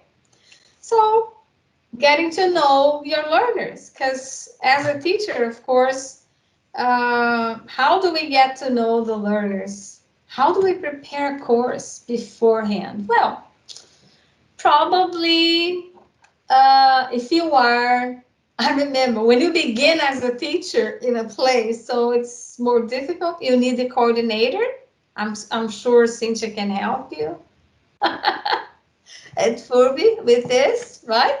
Yes. But anyway, you need help. But the thing is, you have to prepare the course and you have to try, of course, in a school, so the level, what level is that? Are the students true beginners or false beginners? Are they what level? So this already tells you, right? So who are your students in this course? How old are they? Are they from the community or from the university? The reason I ask this question is because, for example, at UFSC, we have extracurricular. Oh, I'm speaking Portuguese. No, sorry. Bilingual issues, right, Lêda? Extracurricular. And of course, in some extracurricular course, it's different from the university students who are, right? Because of interests, yes? What are their interests? What are their objectives in this reading course? Is the course for specific purposes? CSP, EAP. ESP is English for, in this case, English for specific purposes. EAP, ESP is more general, right? EAP is for academic purposes specifically. Once you know your students, so you set course objectives in terms of EFL English. Raise students' awareness in relation to the contrast between spoken and written language. This is very important, right? Raise specific discussions about purposes and problems involved in reading L2, EFL. So the whole thing is raising students' awareness. All the time you are raising their awareness. Give opportunity for students to use their previous knowledge, including knowledge about different genres and connecting that to the L2, the EFL text.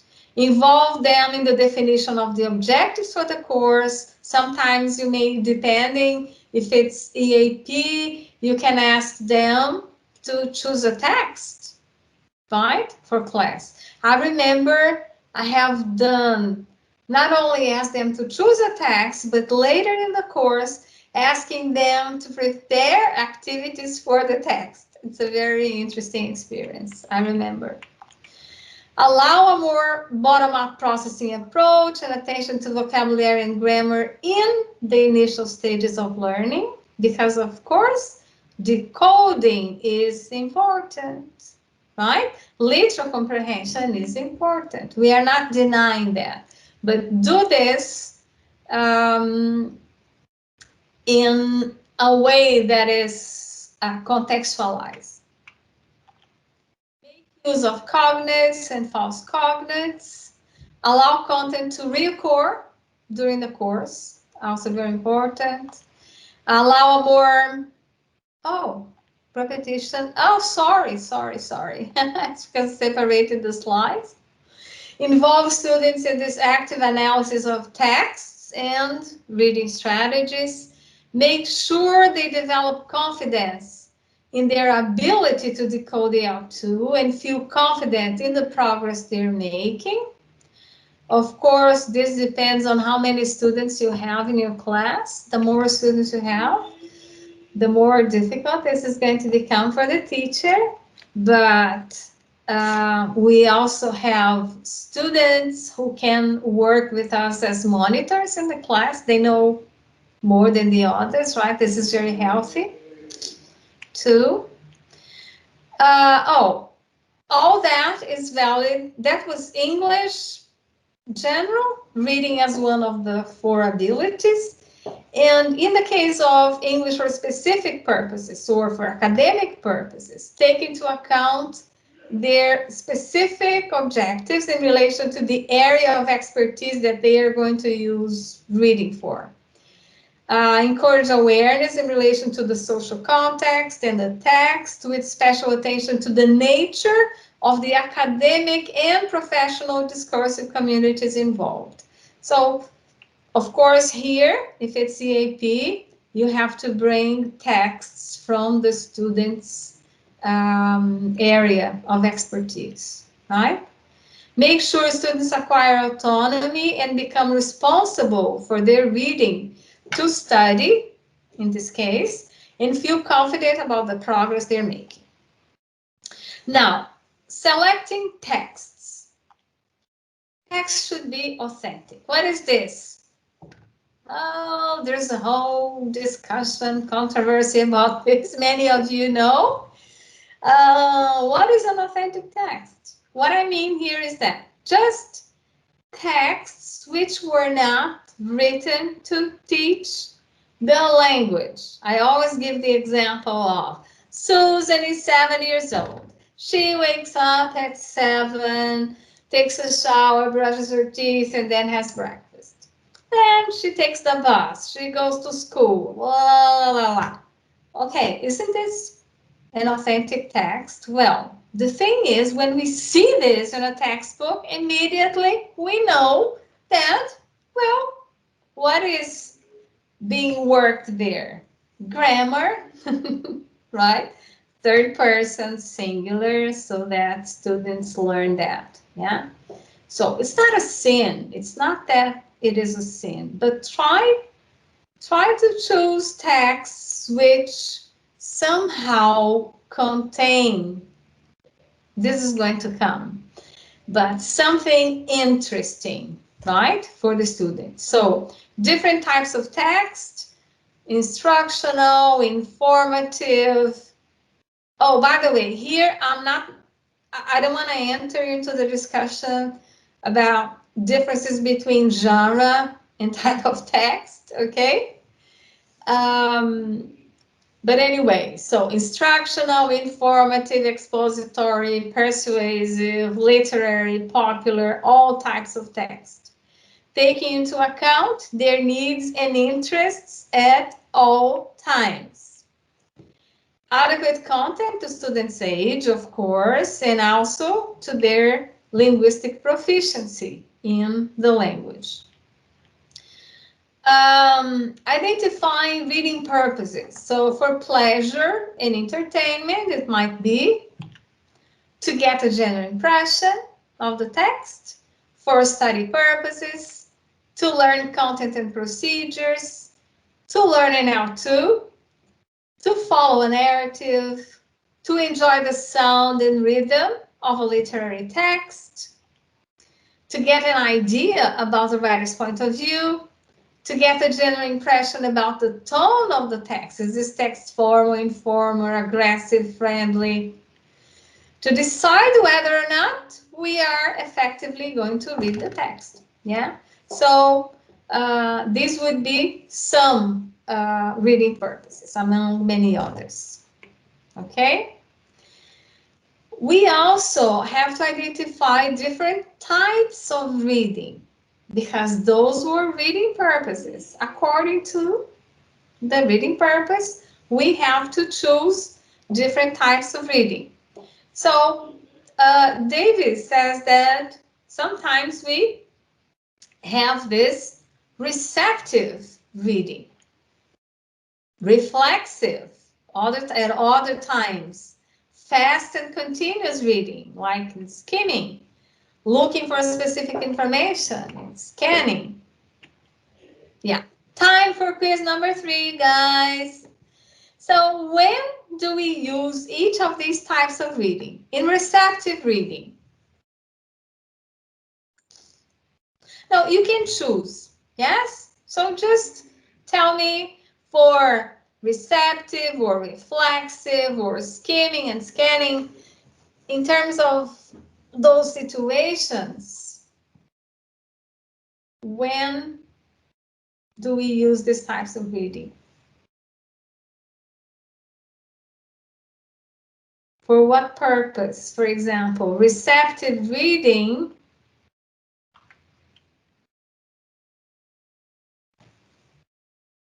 When do we use receptive reading?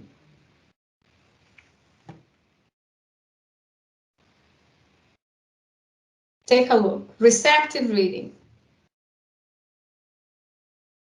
Receptive in the sense that, well, you just let the text flow.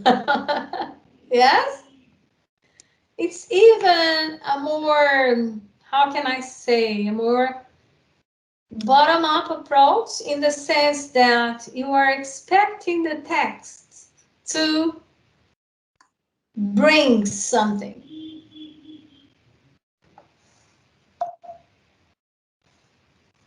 Any guesses from these? Receptive reading would be?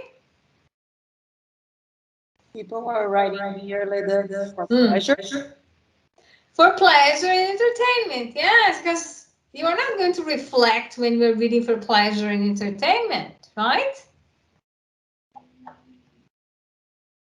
And also,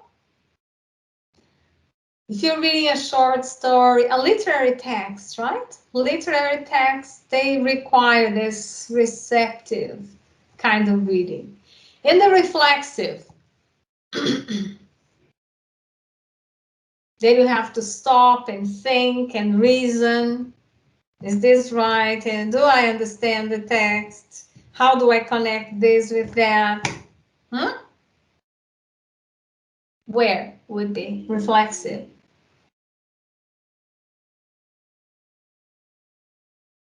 I said that you don't need to, of course you can, to reflect in these terms when you read for pleasure and entertainment. But what about for study purposes or to learn content and procedures? You have to reflect, right? You have to try and connect what is coming on there. And skimming. Why do we skim? When are we allowed to read fast and continuously? Just to get a general sense. When are we allowed to skim? With what purpose?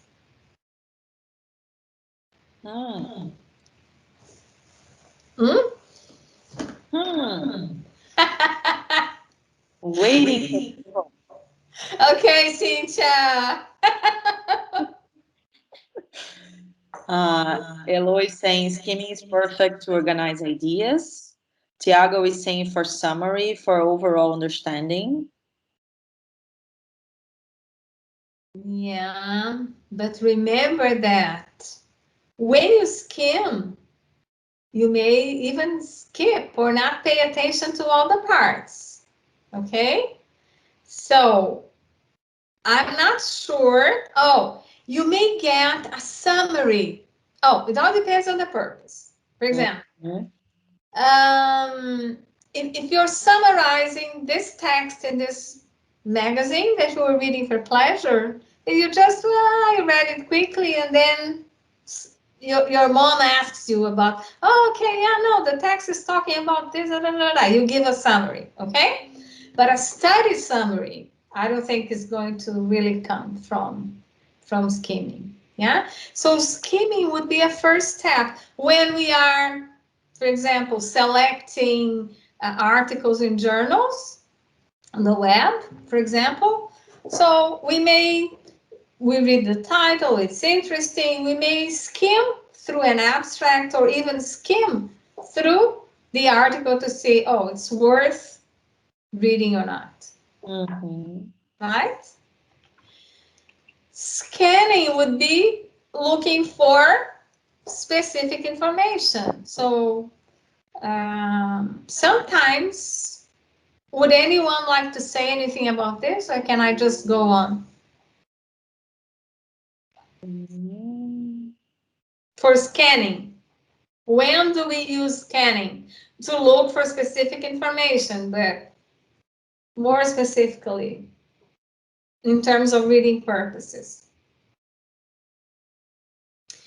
When we are studying, sometimes you just want to look at the method of articles. You don't want to read the whole article.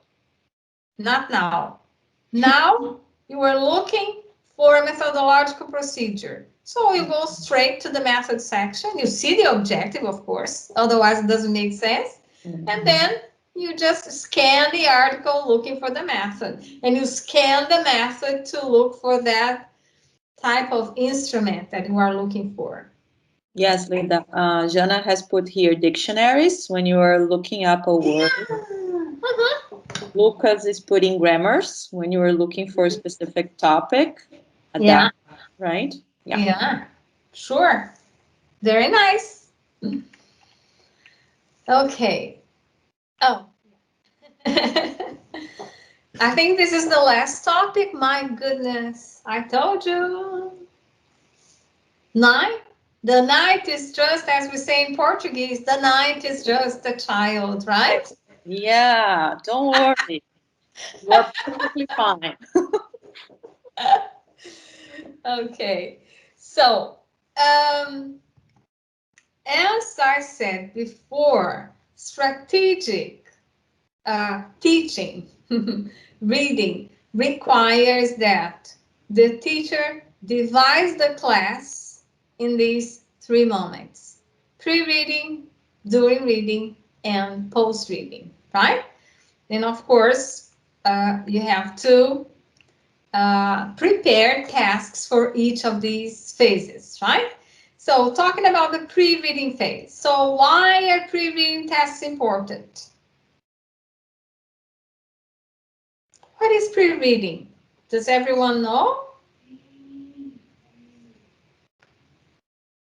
Pre-reading means before you read, you should actually, before you begin reading from left to right, you should do something. Yes? Why? Because they activate or build the relevant schema, the relevant prior knowledge in relation to what you are reading, right? Going back to the Christopher Columbus text, if I had given you the title, for example, you would have read the title. Oh, okay. So then you would process the text by filling the slots of that schema. You would bring your prior knowledge in terms of what you know about Christopher Columbus to help you interpret the text, right? They give the auto reader a framework to go to the text. As I said before, without a framework, what is going to happen to beginners is that they are going to read in a bottom-up fashion. Yes, they're going to be stuck just like you were with the Christopher Columbus text because you didn't know what the text was talking about. That's going to be their feeling. Yes, or even a language that they don't know very well, so they're going to apply, as Bernhard says, what they know about their L1 to the L2, and then, oh, I don't know this word, open dictionary. I don't know this word, open dictionary. The problem with this is that they're going to get to the end of the reading just with some words or phrases and not actually being able to to attain the objective of the reading. They facilitate text processing, comprehension, and retention. They prevent unnecessary bottom-up reading, and here I say unnecessary because, well, bottom-up, not all bottom-up reading is negative. Sometimes we don't know a word, so we have to stop and try to pronounce it. We have to go to the dictionary and so on, okay? But anyway, what is unnecessary is, especially for beginners, working from a strategic perspective, is that they pay attention to every single word in the text. We don't want them to do that. We want them to answer the questions that we are posing. This is working strategically, okay? Until they are ready, of course, to just go to the text and read it without any help, without any teacher. They work, pre-reading activities work as a motivating factor for students to read the text. Examples of pre-reading tasks: previous discussion on the subject of the text, exploring a picture that represents the content. You present this extract of a movie or a song, a poem, part of a short story, I don't know, in which the theme is relevant to the text content. Yes? Contextualized vocabulary work, which involves keywords from the text. I mean, among many other possibilities, I'm sure many of you are already teachers and you know many more than this. These were just examples, okay? In the during reading phase, well, if during the pre-reading phase, students have not seen the text, right? So we are just trying to activate their prior knowledge and prepare them for the reading that is going to come. The during reading phase, this is the place where students really have to read the text, okay? So the activities included in this phase should precede the text. Remember the example I gave you. Usually in textbooks, you have the text and then the questions. You have in a strategic teaching way, you put the questions before. So activities precede the text so that they function as this guide, this framework for students to actually read and comprehend. How many times students go back and forth between the questions, the activities, and the text depends on their proficiency level in the L2. Yes? Because you may have a list of 10 questions, but if they are true beginners, you are going to have to monitor, to guide. Like now you go to the text to find this piece of information. Now for this other one. Yes, you guide the whole time. So the more knowledge they have, the less you can just give them the questions and they go with the framework directly from the questions. Okay. Examples: literal and inferential comprehension questions. These questions may be open-ended, who, what, how, and so on. They may be yes or no, true or false, multiple choice, matching columns, etc., etc., etc. Or complete or construct diagrams and tables. Yes. Match pictures with text, reorganize paragraphs to make up a text, among many other possibilities. Post-reading phase. So if in the pre-reading phase departs from what the student already knows in order to contextualize and get to this new. The new is the text, the information coming from the text. Whereas the post-reading phase brings the student back to the reality, but now, but now contextualizing with this newness that was gained from the text.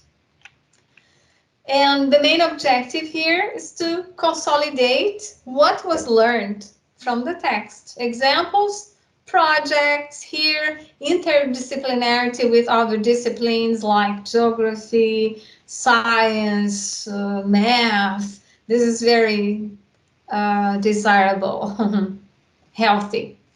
Or you can bring new discussions because now the students know more. You may have a discussion in the beginning when they don't know anything about the text, and then a new discussion at the end after they have learned something from the text. Further research and report on the topic discussed in the text.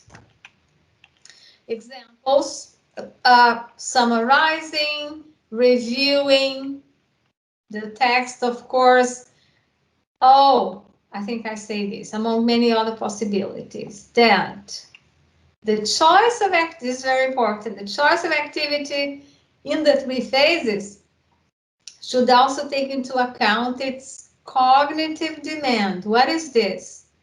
For example, building up a diagram, building up a table is more cognitively demanding than just filling in a table or filling in a diagram, which has already some things in there, right?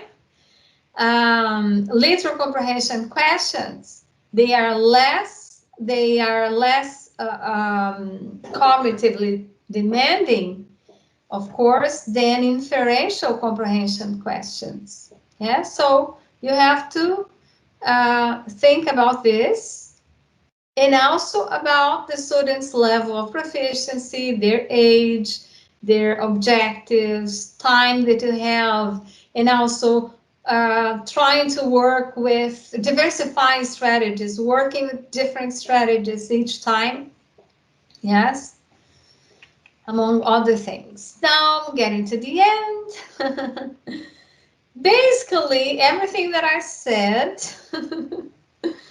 what I consider to be basic premises for this strategic reading approach. We have to move teaching focus from grammar and vocabulary to teaching reading comprehension with a focus on reading strategies. EFL teaches understanding of the basic theoretical underpinnings of reading comprehension. This is important. The teacher has to know something about reading models, and how to help students to attain their objective in comprehending texts. Dividing the reading class into 3 moments: pre-reading, during reading, and post-reading, and choosing reading tasks appropriate for each phase. Planning each reading unit in terms of objectives to be achieved, observing explicit criteria for choosing the text to be used in each unit. Never say never, but this never is never. No, never letting students, at least beginning students, beginning readers, approach texts cold. In fact, this is an expression used in the reading literature by Carroll and Patricia Carroll and Eysterhout. So approaching the text cold, meaning it's when you do like this. Okay, read the text and then answer the questions. Or read the text at home. Yes, do it. Text is homework. Unless you have a very good reason for this, right? So depending on the text, maybe we don't want to have anything before that. We want them to guess something, yes? With this perspective in mind, the teaching of reading strategies and/or the teaching of grammar or vocabulary or even the teaching of reading per se are seen as tools or means so that the students can reach their final objective in understanding the text they choose to read in the world. So the objective is to help them at some point with practice, yes, that they can choose the texts they want to read in the real world and be able to succeed, to comprehend them. Okay, thank you very much. I use this image. It's very important to me because I think that reading just sets you free. So be free, you all. Okay. Thank you, Professor Lêda. My goodness. Wow. Thank you so much for your speech.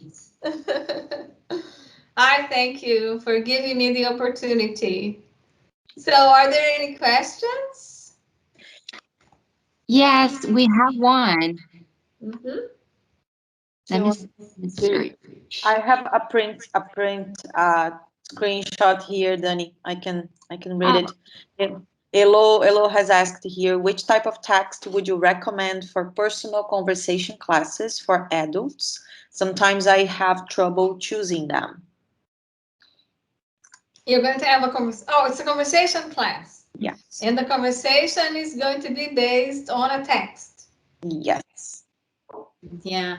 So the first thing is to know these students' interests. In terms of general topics, I imagine it's just an EFL situation. It's not ESP.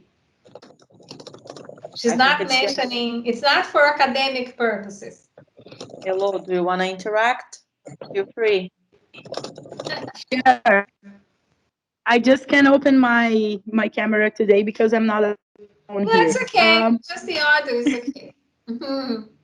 First of all, thank you, Lêda.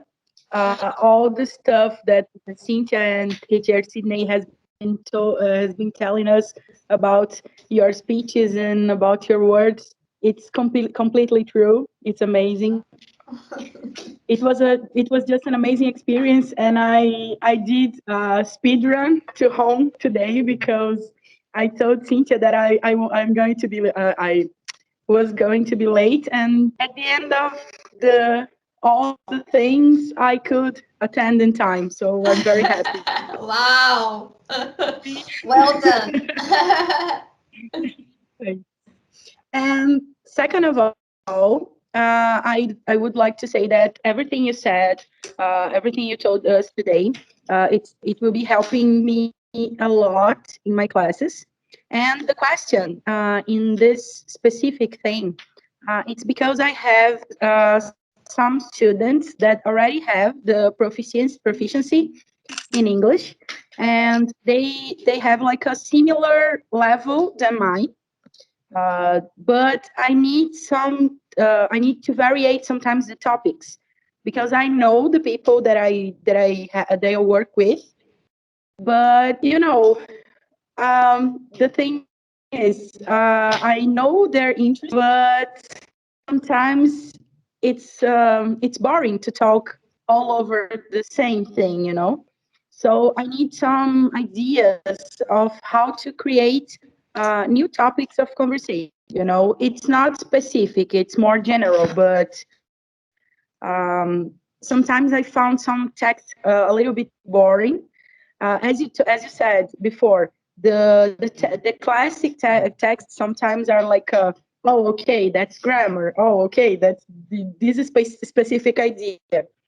So I would like to variate, So yeah. I'm asking for help here. So you were telling me that they are like intermediate or advanced students? Yeah? They are already proficient in English? Yeah, they are intermediate, like me. So, yeah. So what I would do would be go to news. I would look for news, but not only news, political news. Well, it may be, it depends, but discussing politics in another language is something very difficult, right? I like, for example, some new discoveries in science, but find texts which are, in Portuguese, we have something which is textos de divulgação científica. So, texts which are not actually those articles which appeared in Nature or, you know, in scientific journals, but an article that is in fact talking about the research, but in a way which is to the public. So a new cure for headaches or for, I don't know, it all depends on what's happening. I remember that because when I entered UFSC, I think I had 5 ESP, different ESP courses for medical students, for physics, so, and we always had the part which was general topics. We would, of course, work in their area, but also some more general topics. So I remember looking for something which is recent. What is being talked about now? Yes, and how can I? Because this way the student is going to, and of course it has to be a text which is suitable in terms of the language in there, right?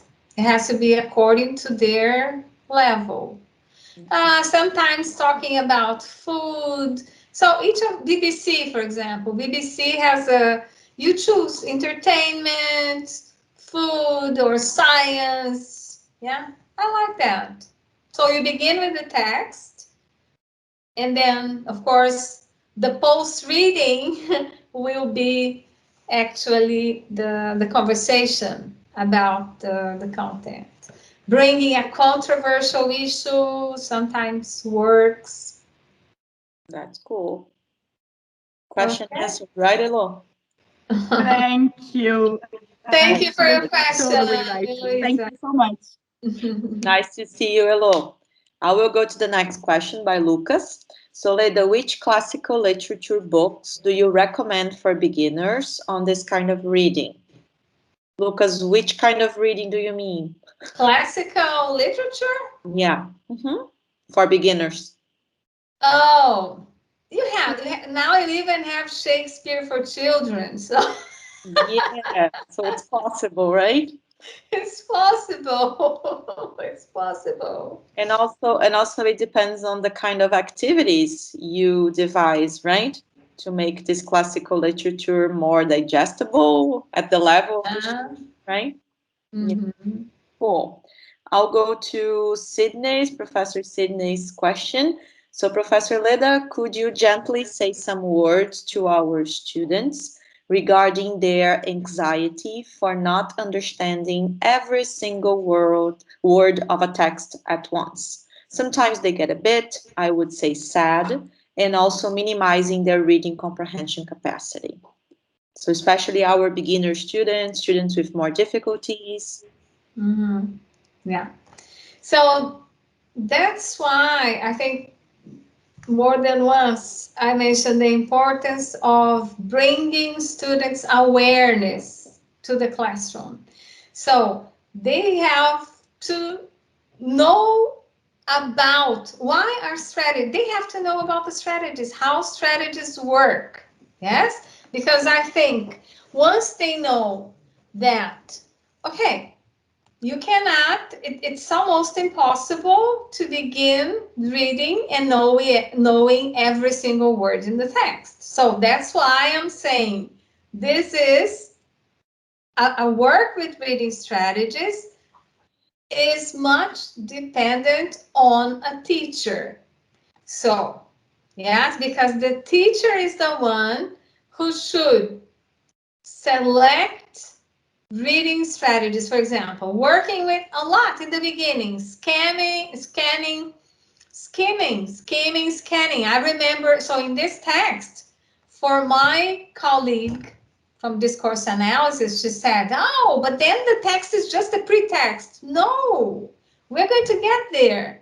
But in the beginning, I just want to show the students that they are perfectly able to get a sense of what the text is about. They don't know how, they don't have to know every single word. Okay, later we can go back to that text and we can actually do some bottom-up reading, try to understand more in there.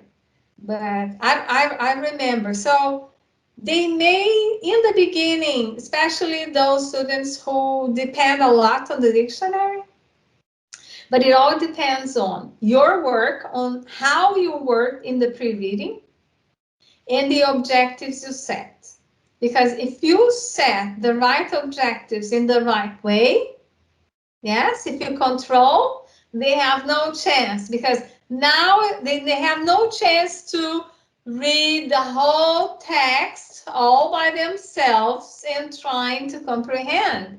No way, in the beginning, not possible. It's just going to be a frustration. Mm-hmm. On the other hand, when you focus on strategy, say, okay, what is this text talking about? So they go and they give you the answer. Enough for this. It was a paragraph from a magazine which was talking about new discovery. So what is the new discovery? It doesn't matter whether I was not able to understand every single word in there, but I know the new discovery was this. I don't know if I answered the question, but what I am saying is that teacher should know what she's doing and should be in control. And this should be done in the classroom. Yeah. In the beginning, of course, as we move on, as I told you, at some point, the student is not even going to recall your name, and it's perfectly okay. But she will be able to read the texts and comprehend the text that they read. Yeah, being a scaffold, right, Professor? Yes. Sydney, are you satisfied with the answer? Yeah. As always, thank you. Oh. Thank you. I have a comment here. I have a comment here from Fernanda Nering. I don't know if that's the way I should pronounce it. So she's saying, thank you, Professor Lêda. We appreciate your lecture very much. The Letras Inglês e Tuporanga students, thank you very much, and Professor Sydney for this opportunity. I have a question here from Professor Martha about L1 and L2 reading. Martha, do you want to open your mic and ask? Hi, good evening. Hello. Hi, Martha. Hello, Professor. Hello. Hello. Well, it's a pleasure to once again see you. I remember you from UFSC, so it's a pleasure. Professor, I have a personal question. It's regarding my history.